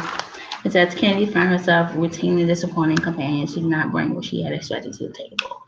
When I called myself being in relationships and, it seemed like, they weren't, bringing what they were supposed to bring to the table, it was not even about that. It just wasn't who the two of you were. Sometimes people are just brought into each other's life not to cross that line in terms of sex, but to just get the relationship, just get like, why are you here? And I think in those situations, that's, it was more that than having to battle thoughts of, who this person is in a long-term relationship, or who are we? Sometimes it's never even meant to go into who are we. It's just to, this person, who are you trying to tell me about the one that I'm actually with? What is that we going through, in this, what is going on? Um, and it, brings me to like the other half of the equation. If there were attempts to, you know, because it appears as if, and I mentioned this before, it appears as if the only person, that, because like my opposite was never in a particular industry. Like his parents wasn't in this industry that he went into. And it seemed as though, some of the relationships he was being presented with, or that was being presented in that situation, that equation, were of those whose it appeared that their parents were in it, the same industry that they were. So, as if, you know, this person was trying to benefit from being in a relationship with them because of who their parents were.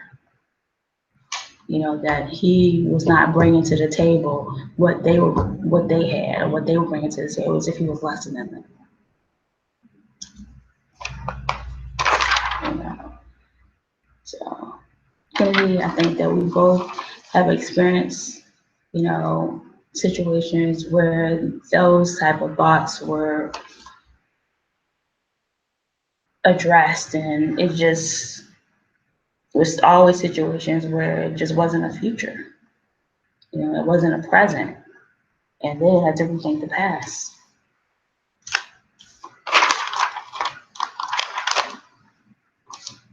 Kimberly Seals Allers. Fewer accounts mean less money to lend back to the community for aspiring entrepreneurs, potential homeowners, and folks looking to make other financial moves. Today, however, according to a Federal Deposit Insurance Corporation review, there were only 22 Black-owned banks in 2014, with a few more either on the brink of solvency or facing financial woes due to a hemorrhaging customer base. The institution needs a $7 million infusion to become solvent. If a community wants financial independence, it can't fully give up control to those who control access to credit, says the chairman and CEO of Illinois Service Federal, who is fighting to keep the bank alive. We decided the white man's ice is colder, but the facts don't bear that out. Instinctively, a bank may know it should merge, but there are cultural barriers, says Chief Lending Officer at Carver.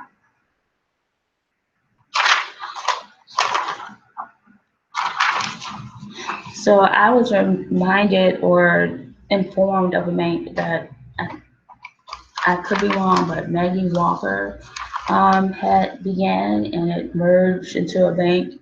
So it began African American, but then when the merger came, it stopped being African American. Um,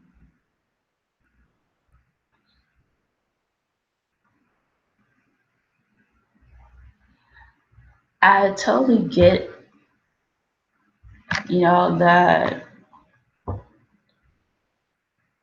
idea of having, a bank that is specifically for this culture, um, or that culture, just because they feel as though they're keeping, they are, um, you know, they commit to going to, HBCU school for education. They want to have a place that they can call where they can put their money in.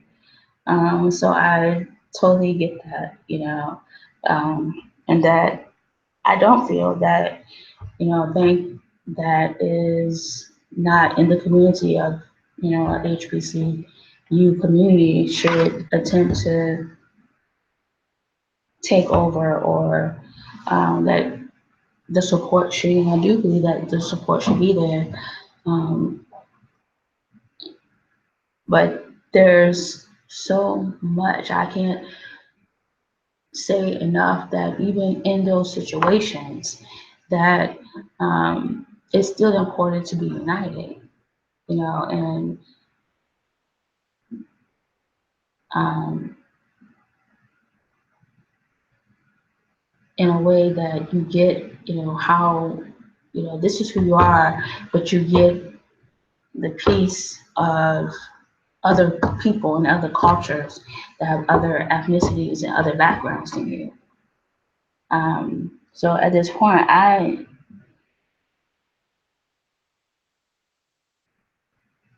don't, and there's no list as to how many African American banks that are still um, around. But that's a good question. I would like to know how many African American banks are still around.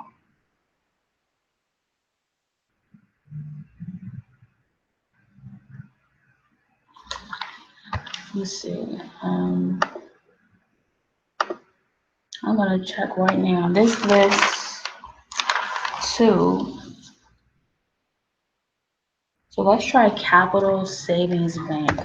Evidently, this was formed in 1888. It was the first bank organized and operated by African Americans that opened in D.C.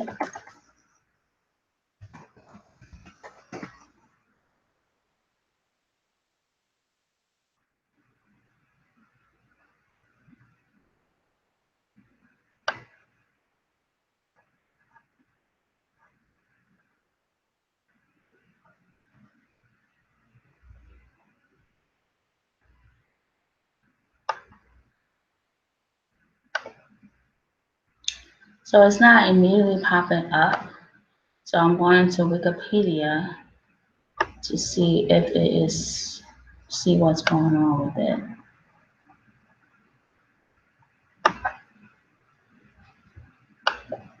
or see if it's even in Wikipedia. Capital Savings Bank.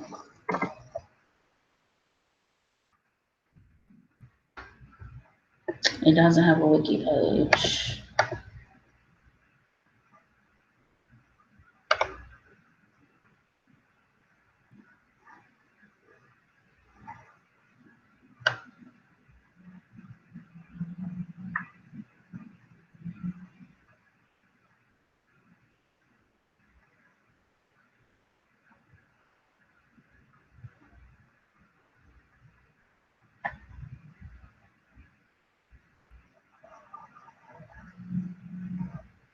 So according to that, as was mentioned, that today there were only 22 black-owned banks in 2014, with a few more either on the brink of solvency or facing financial woes.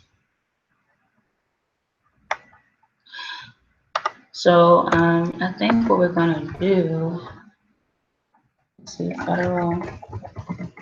I don't know if you go to the Federal Deposit Insurance Corporation site or FDIC, if they separate black owned.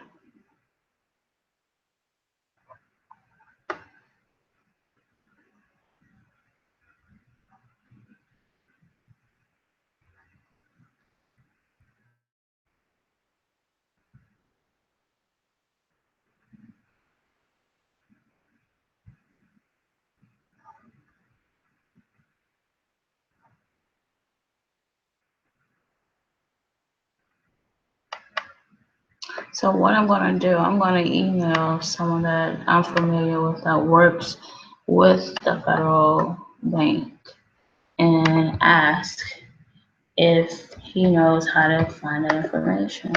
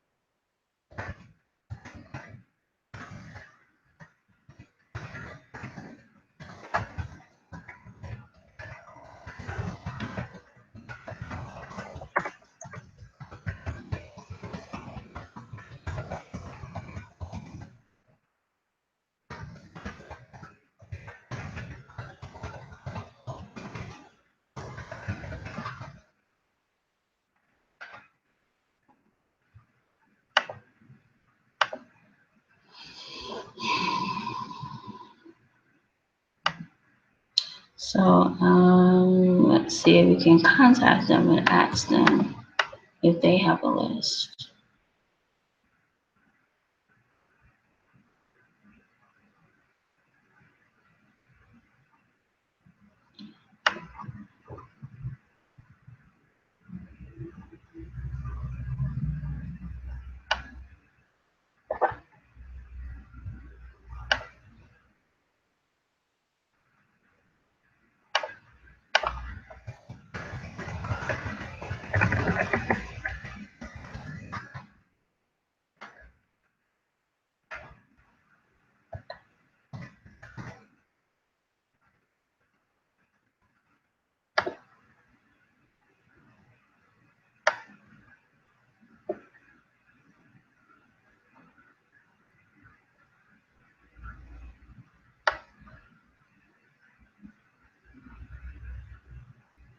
So the answer, your advice involve a specific financial institution? No.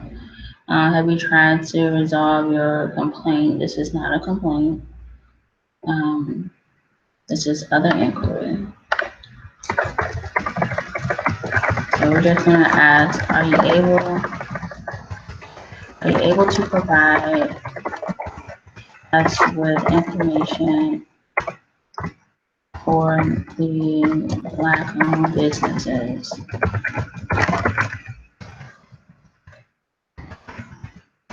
that are currently in operation?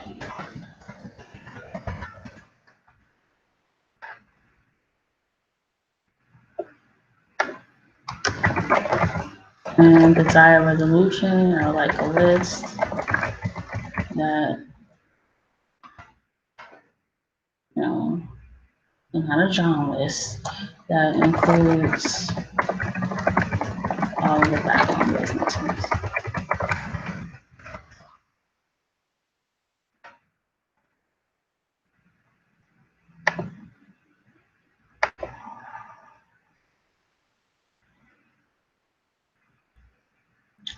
So they said thank you. So I'll update you on that because we are attempting to move to an HBCU. So with regards to funding for school, it would be interesting if you know, because I went to some of the banks like Wells Fargo, but they're not Black owned. You know, so I didn't even stop to think that, wait a minute, I'm going to HBCU. Like, you know, that it's that, you know, and to really get what that means, you know, in terms of receiving funding. The Big Bang Theory.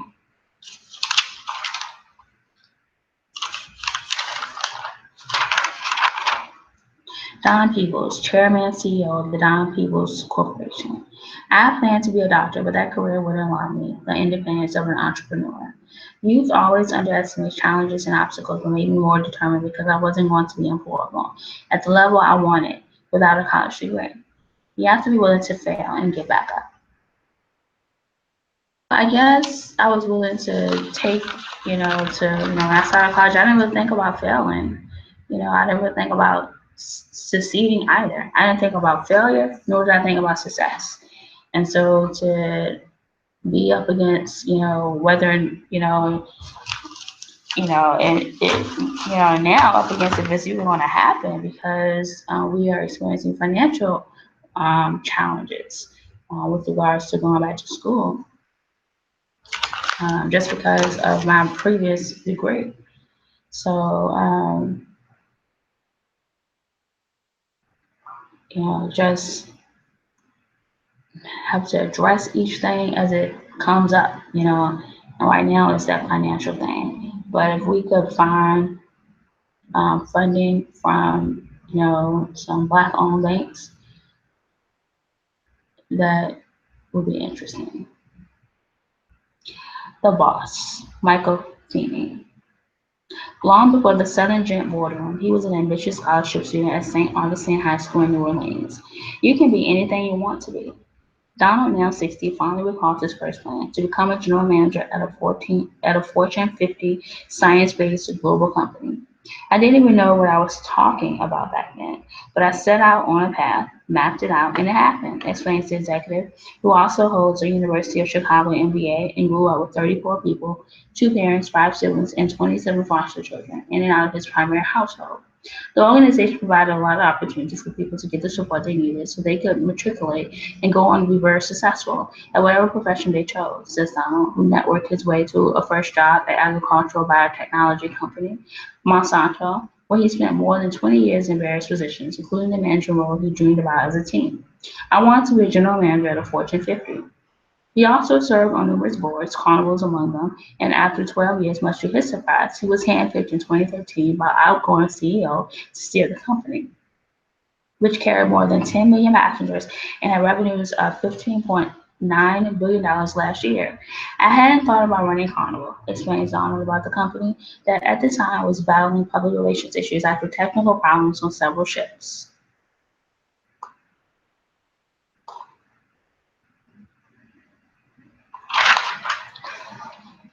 So, after reading The Color Museum, one of the pieces in there is about a ship, the slave ship. And I started thinking, is that, a role, are those roles for African Americans, because there's so much in history about African Americans being on this ship and coming from Africa. And um, so I started,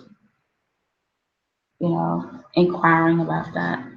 Um, Being a role, you know, and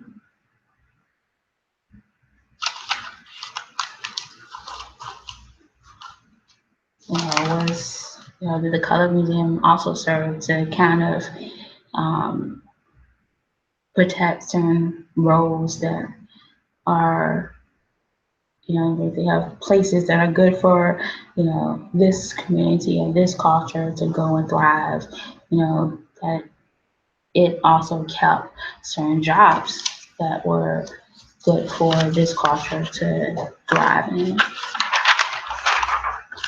Starting from the bottom, now we're here. Tiffany, the budget Lista Unleash. By the numbers.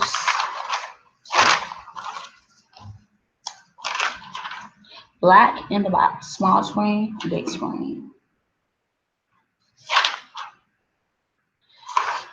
Former 80s funny man turned billionaire Byron Allen has a serious bone to pick with major cable companies and President Obama too, by Lisa Bonner. Think about how much you pay for basic or for expanded service so you can watch Power on Stars, Being Mary Jane on BET, or catch every out-of-market NFL game on DirecTV. That's why earlier this year, entertainment mogul Byron Allen and the National Association of African American Owned Media filed a $20 billion racial discrimination lawsuit against media giants Comcast Corporation, Time Warner Cable, and other organizations and individuals.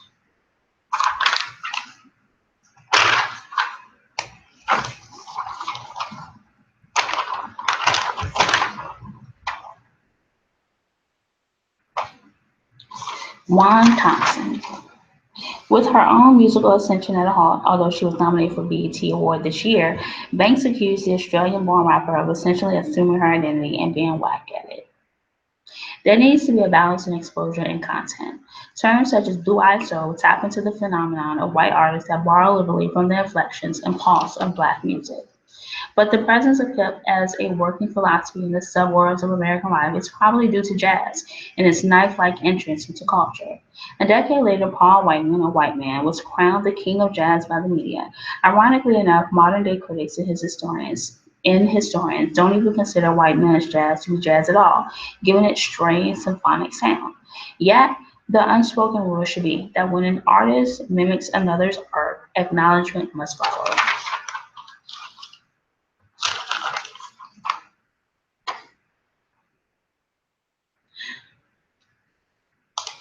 So the question about being uh, interracial couple, what if she's spying on the white culture? What if he's, you know, because the opposite that I'm referring to, especially with this show, is of a different ethnicity.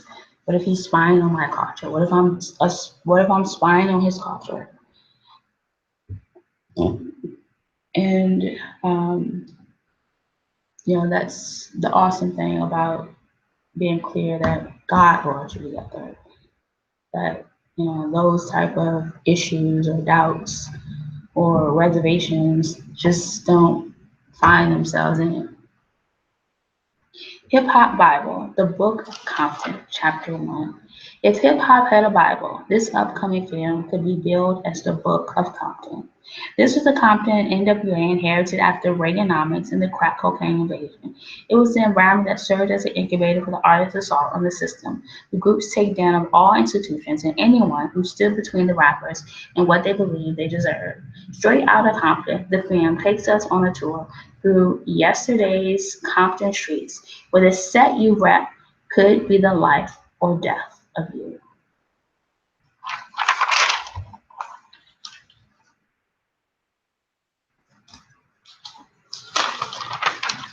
And now it's time for our outer network spotlight. Fall into fashion. Super hydrophobic technology. Never wet. Our outer network spotlight, their paw.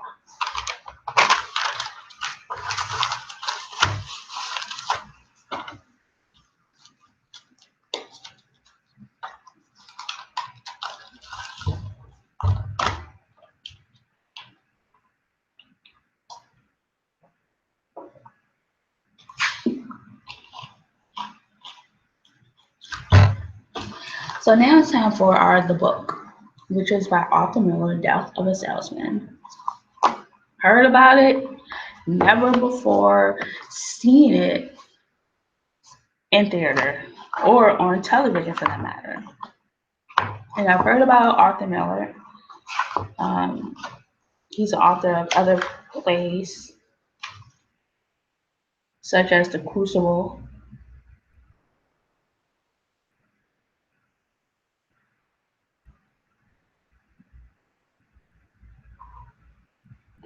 which I used a monologue out of The Crucible for rendition one time.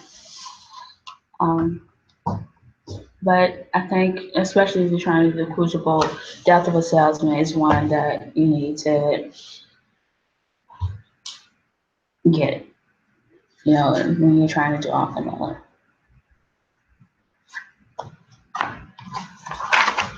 So here is the latest show BT's Death of a Salesman. Only the blue light of the sky falls upon the house in 4 states. The surrounding area shows an angry glow of orange. At the back of the kitchen, there is a draped entrance, which leads to the living room. On a shelf over the bed, a silver athletic trophy stands. Behind the kitchen, on a level raised 6.5 feet, is the boys' bedroom, at present barely visible. 2 beds are dimly seen, and at the back of the room, a dormer window. Before the house lies an apron, curving beyond the forestage into the orchestra. This forward area serves the backyard as well as the locale of all Willie's imaginings and of the city scenes. Linda, hearing Willie outside the bedroom, calls with some trepidation, "Willie!" He sits on the bed beside her, a little numb. "You look terrible." Willie, "The trouble is he's lazy, goddammit." Willie, "This is a lazy bum." Linda, trying to bring him out of it. "Willie dear, I got a new kind of American type cheese today." Willie, "The way they boxed us in here." Linda, "We should have bought the land next door." "The grass don't grow anymore. You can't raise a carrot in the backyard. Remember those 2 beautiful elm trees out there? When I and Biff hung the swing between them?" Willie, "They should have arrested the builder for cutting those down." Linda, "You got too much on the ball to worry about. If he wants to go back to Texas, let him go." He starts for the bedroom doorway. He walks out of the bedroom, happy to Biff. "Jesus, maybe he smashed up the car again." She turns, goes over to the bed, takes his jacket, and goes out of the bedroom. Biff, "Remember that big Betsy something? What the hell was her name? Over on Bushwick Avenue?" "Boy, there was a pig." Biff, "I bet you forget how bashful you used to be."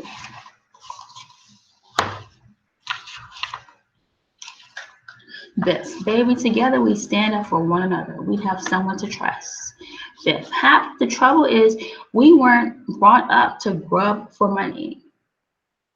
We'll be together yet, I swear. But take those two we had tonight. The only trouble is it gets like bowling or something. That girl Charlotte I was with tonight is engaged to be married in 5 weeks. Happy. Isn't that terrible? But talk to him in the morning, will you? Well before they had finished speaking, Willie's form is dimly seen below in the darkened kitchen. Willie, just want to be careful with those girls, Whip, that's all. Because a girl, they always believe what you tell them. And you're very young, Bill. You're too young to be talking seriously to girls. Willie, talking, shuts the refrigerator door and comes downstairs to the kitchen table. Willie, that's because he likes you. If somebody else took that ball, there'd be an uproar. Willie, bigger than Uncle Charlie. And when I bring you fellas up, there'll be open sesame for all of us. Because one thing, boys, I have friends. Willie, oh, won't that be something? Biff, not if you're going to be there. Biff, taking Willie's hand. This Saturday, Pop, this Saturday, just for you, I'm going to break through for a touchdown. Happy, tauntingly, spinning Bernard around. Let's box, Bernard. Listen, Biff, I heard Mr. Birnbaum say that if you don't start studying math, he's going to flunk you, and you won't graduate. Bernard can get the best marks in school, you understand? But when he gets out in the business world, you understand, you are going to be 5 times ahead of him. Because the man who makes an appearance in the business world, the man who creates personal interest, is the man who gets ahead. Willie, Chevrolet, Linda is the greatest car ever built. To the boys, since when do you let your mother carry wash up the stairs? Biff, grab hold there, boy. And you better go down to your friends, Biff. The cellar is full of boys. He and Happy carry out the basket.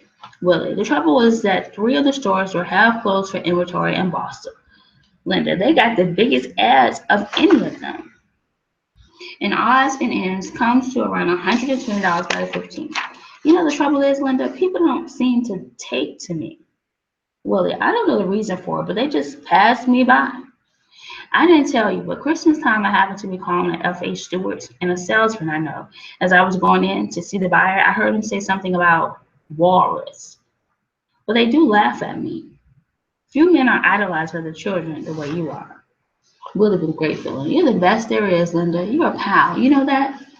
The laughter is loud now, and he moves into a brightening area at the left where the woman has come from behind the screen and is standing, putting on her hat, looking into a mirror and laughing. Now the area at the kitchen table brightens. Linda is sitting where she was at the kitchen table, but now is mending a pair of her silk stockings. You're doing fine, better than Linda. And you better give back that football, Willie. It's not nice. You want him to be a worm like Bernard? Willie sitting at the kitchen table. Huh. What brought you back tonight? Ben, that man was a genius. That man was success incarnate. Willie Dillon, they built up the bones. Charlie, yeah, but there's no bones in a heartburn. Willie, a little trouble with the car. He's going back to Texas again. When a deposit bottle is broken, you don't get your nickel back. Willie, I'm getting awfully tired, man. If I had gone with him to Alaska that time, everything would have been totally different. Ben, that's too bad.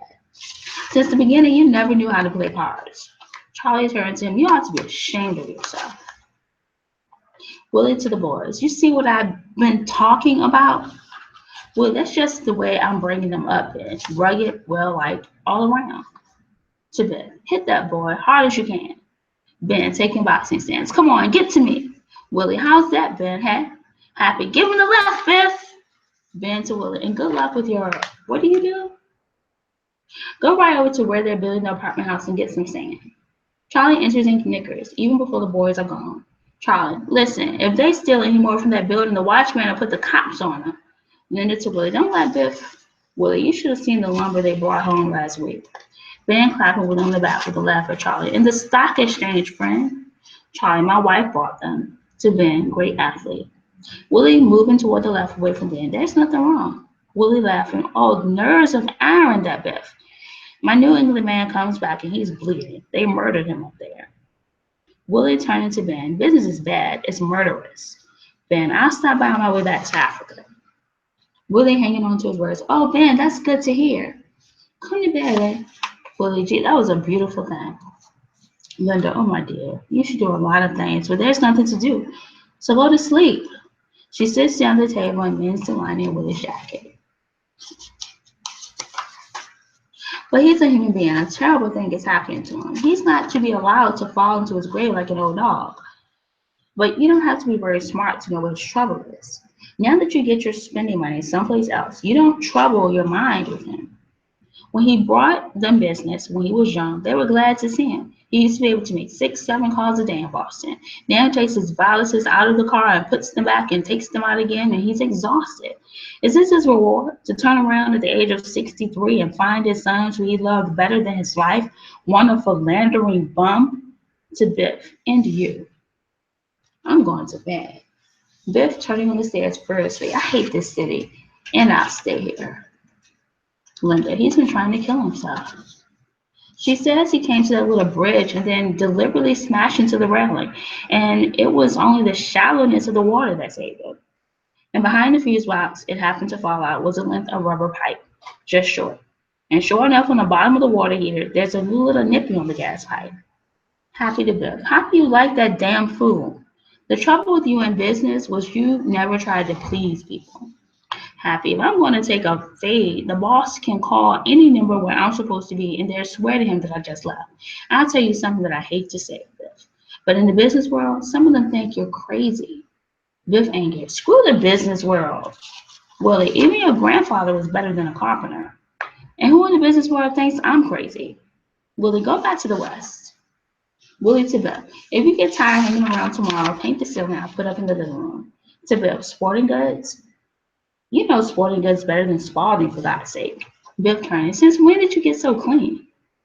It just came back to me. We formed 2 basketball teams, see? And banners over the ring in the basketball court, Loman Brothers.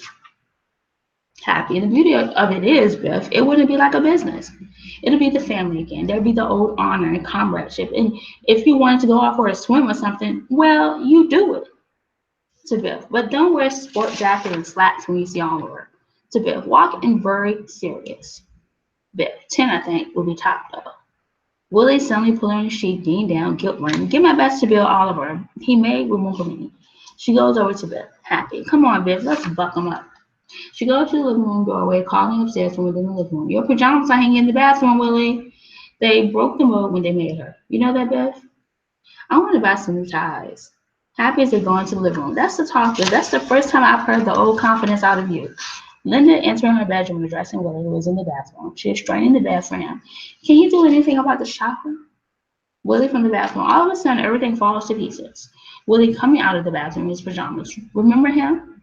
If he'd have stayed with Oliver, he'd be on top by now. Greatest thing in the world for him was to bum around. Biff and Happy into the bedroom. Willie to Biff. Yeah. To Biff. Tell him you were in the business in the West. Biff unable to bear him. Okay. Biff reaches behind the heater and draws out a length of rubber tubing. Willie staring through the window into the moonlight. Gee, look at the moon moving between the buildings. Biff wraps the tubing around his hand and quickly goes up the stairs. His whole attitude seemed to be hopeful.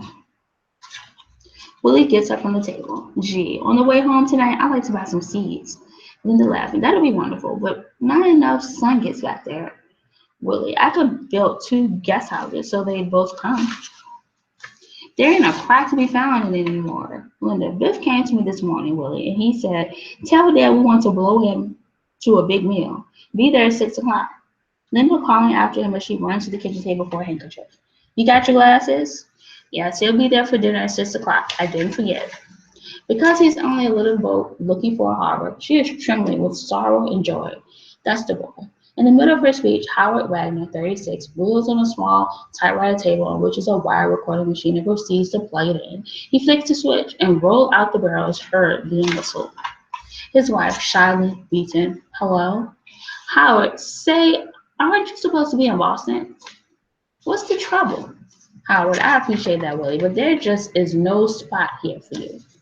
Because what could be more satisfying than to be able to go at the age of 84 into 20 or 30 different cities and pick up a phone and be remembered and loved and helped by so many different people? Do you know when he died? And by the way, he died the death of a salesman in his green velvet slippers in the smoke of the New York, New Haven, and Hartford going into Boston.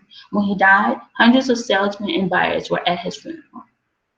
Howard, kid, I can't take blood from a stone. Willie, I'll go to Boston. Howard, Willie, you can't go to Boston for us. Willie, all right, I'll go to Boston tomorrow. Willie grabs me Howard's arm. Howard, you got to let me go to Boston. He starts to go, turns, remembering the recorder, starts to push off the table, holding the recorder. Howard exits, pushing the table off left. Just a short business trip.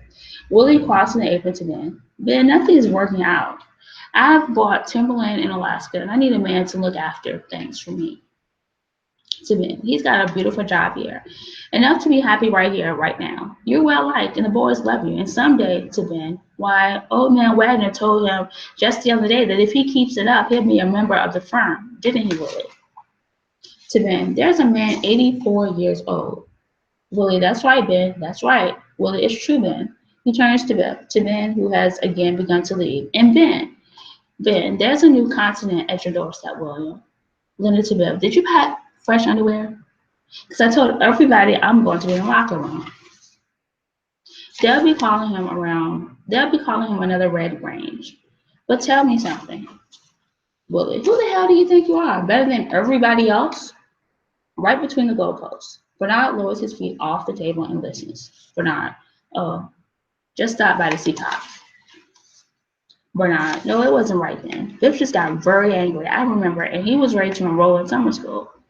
Bernard, he wasn't being invited at all. But then Willie, he disappeared from the block for almost a month. Willie with a strong edge of resentment in his voice. Yeah, he came to Boston. And he took them down the cellar and burned them up in the furnace. He is in his vest and he carries a bottle burner. He waves the bottle. He takes the bottle. Charlie's sitting down on the table. Willie, what are you doing? In a Turkish bath, he looked like a butcher. He's a fine boy. They're all fine boys. They'll end up big, all of them. Suddenly, Roger's music is heard, and a red glow rises behind the screen at right. Stanley, a young waiter, appears, carrying a table, followed by Happy, who is carrying two chairs. Stanley putting the table down. That's all right, Mr. Mormon. I can handle it myself. He turns and takes the chairs from Happy and places them at the table. You know, there's a lot of people, they don't like it private because when they go out, they like to see a lot of action around them because they're sick and tired to stay in the house by themselves. But that'll have to cost $1 a piece anyways. That's the best for you. Solid voice. Like this bartender here. The boss is going crazy what kind of leak he's got in the cash register. He breaks off as a furred, lavishly dressed girl enters and sits at the next table. Both follow her with their eyes. Stanley, going to the girl's table. Would you like a miniman? Girl, that's a charming product to be selling, isn't it? Happy. Oh, gets to be like everything else. You ought to be on a magazine cover. Is he going back to you? Is he going to back you? Biff breathlessly. I did a terrible thing today, Hap. It's been the strangest day I ever went through. We've been talking in a dream for 15 years. In a lot of instances, facts about my life came back to me. Willie, I'm not interested in stories about the past or any crap of that kind because the woods are burning, boys. You understand? Willie, I was fired, and I'm looking for a little good news to tell your mother because the woman has waited and the woman has suffered. Biff, trying to return to the offensive. Pop, look. Willie to Biff, is that where you had the drinks? Back to the Florida idea. Biff to Happy, I can't talk to him. Linda, but they have to. Linda, grand. You mean he went to Boston? Biff at the table now audible, holding up a gold fountain pen. So I'm washed up with Oliver. You understand? I'm going to be all right. You hear? Happy. He's going to be terrific, Pop. Biff, but the pen, Pop. Willie, don't you want to be anything? Willie, you don't want to be anything. That what's behind it? Just couldn't have dragged me back to Bill Oliver. Biff, the door? A fine, troubled prince. He takes the rolled up post from his pocket and puts it on the table in front of Happy. How can you bear to let it go on? Help me, I can't bear to look at his face. She is in a black slip. He is buttoning his shirt. It's silly to be dressing in the middle of the night. Willie pushing her away from him. All right, stay in the bathroom here and don't come out. I was in the bathroom and had the door shut. See, the reason he hates me, Pop, one day he was late for class, so I got up at the blackboard and imitated him. Biff, somebody got in your bathroom. There's something in the bathtub, Willie, and it's moving. Willie, you better go back to your room. Suddenly striving for the ordinary. This is Miss Frances, Biff. She's a buyer. They're painting her room. To Biff, are you football or baseball? Stanley, well, there's hardware stores on 6th Avenue, but it may be too late now. Stanley takes the table and follows him. Not seeing her, he turns to Biff, who is just outside the house door, and makes a gesture with his hands, indicating, not here, I guess. He keeps backing to the right, and now Linda is in full view in the doorway to the living room. Linda cutting Happy off, bowing to Biff. Don't you care whether he lives or dies? Biff, I want to see the boss. To Biff, boy, what a night you gave me. To Biff, you can sleep in his apartment. Happy turns his back to her in refusal. Biff, I gotta talk to the boss, Mom. He is in the blue of night. Because she's suffered, Ben. The woman has suffered. I've got nobody to talk to, Ben, and the woman has suffered. You hear me? Willie, it's $20,000 on the barrelhead. Willie now showed rising power. Oh, Ben, that's the whole beauty of it. But the funeral, straightening up. Ben, that funeral will be massive. All the old timers with the strange license plates, that boy will be thunderstruck. Ben, because he never realized I am known. He's in for a shock, that boy. Willie suddenly fearful. No, that would be terrible. Willie, oh Ben, how do we get back to all the great times? Used to be so full of light and comradeship, the sleigh riding in winter and the ruddiness on his cheeks. Remarkable proposition, but you've got to be sure you're not making a fool of yourself. They boxed in the whole goddamn neighborhood. Biff, there are people all around here. Biff taking the hoe from Willie. I'm saying goodbye to you, Pop. Linda going to Willie in the kitchen. I think that's the best way, dear. That way it'll be off your mind and you can start grinding up again. Biff turning. Exactly what is it that you want from me? When you're riding somewhere beside the railroad tracks, remember, and don't you dare blame it on me. Biff, there'll be no pity for you. You hear it? Happy coming down toward Biff. You cut it now. Biff to Happy. The man don't know who we are. Biff turning on him. You big blow. Are you the assistant buyer? I had to be boss to Big Shot in 2 weeks, and I'm through with it. I stopped in the middle of that building and I saw the sky. Why am I trying to become what I don't want to be? I'm not bringing home any prizes anymore, and you're going to stop waiting for me to bring them home. Willie directly to Biff. You vengeful, spiteful mutt. Put him to bed. He is choking with his love and now cries out his promise. That boy is going to be magnificent. Then, yes, outstanding with 20,000 behind him. Linda, sensing the waste of his mind, fearfully, carefully.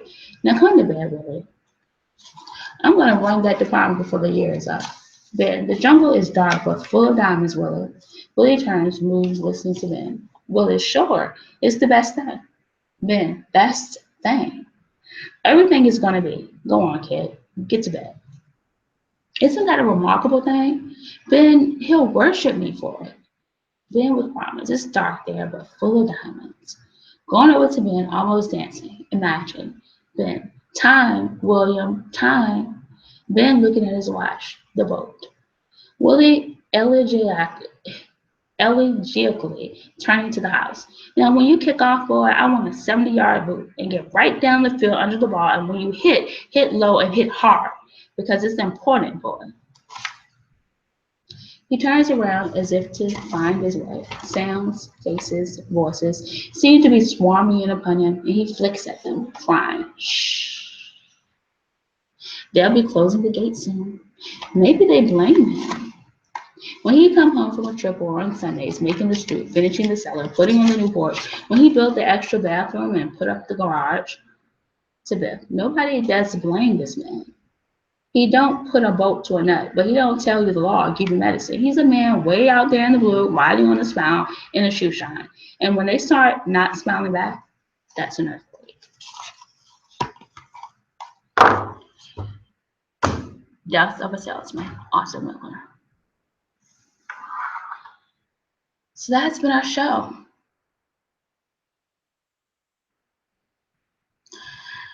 When I really got into Death of a Salesman and I was, doing my preliminary work before the live version, I just thought that it was very, very interesting. You know, there were some of the characters that I didn't know were in it, some of the situations that I didn't know were in it, and what that means. You know, when it comes to security, and it's called Death of a Salesman. Like, how do you go about that? Because sometimes with writers, you know, they write. You know, playwrights, they playwright. You know, they don't.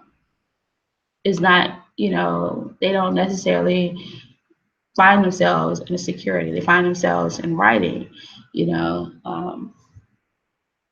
which is why it helps for a lot of diverse audiences to be exposed to things that you know, make a contribution. So I thought it was that part of it was very interesting. I'm glad I had the opportunity to share with you Arthur Miller's Death of a Salesman. This has been a late show with BT. Bye.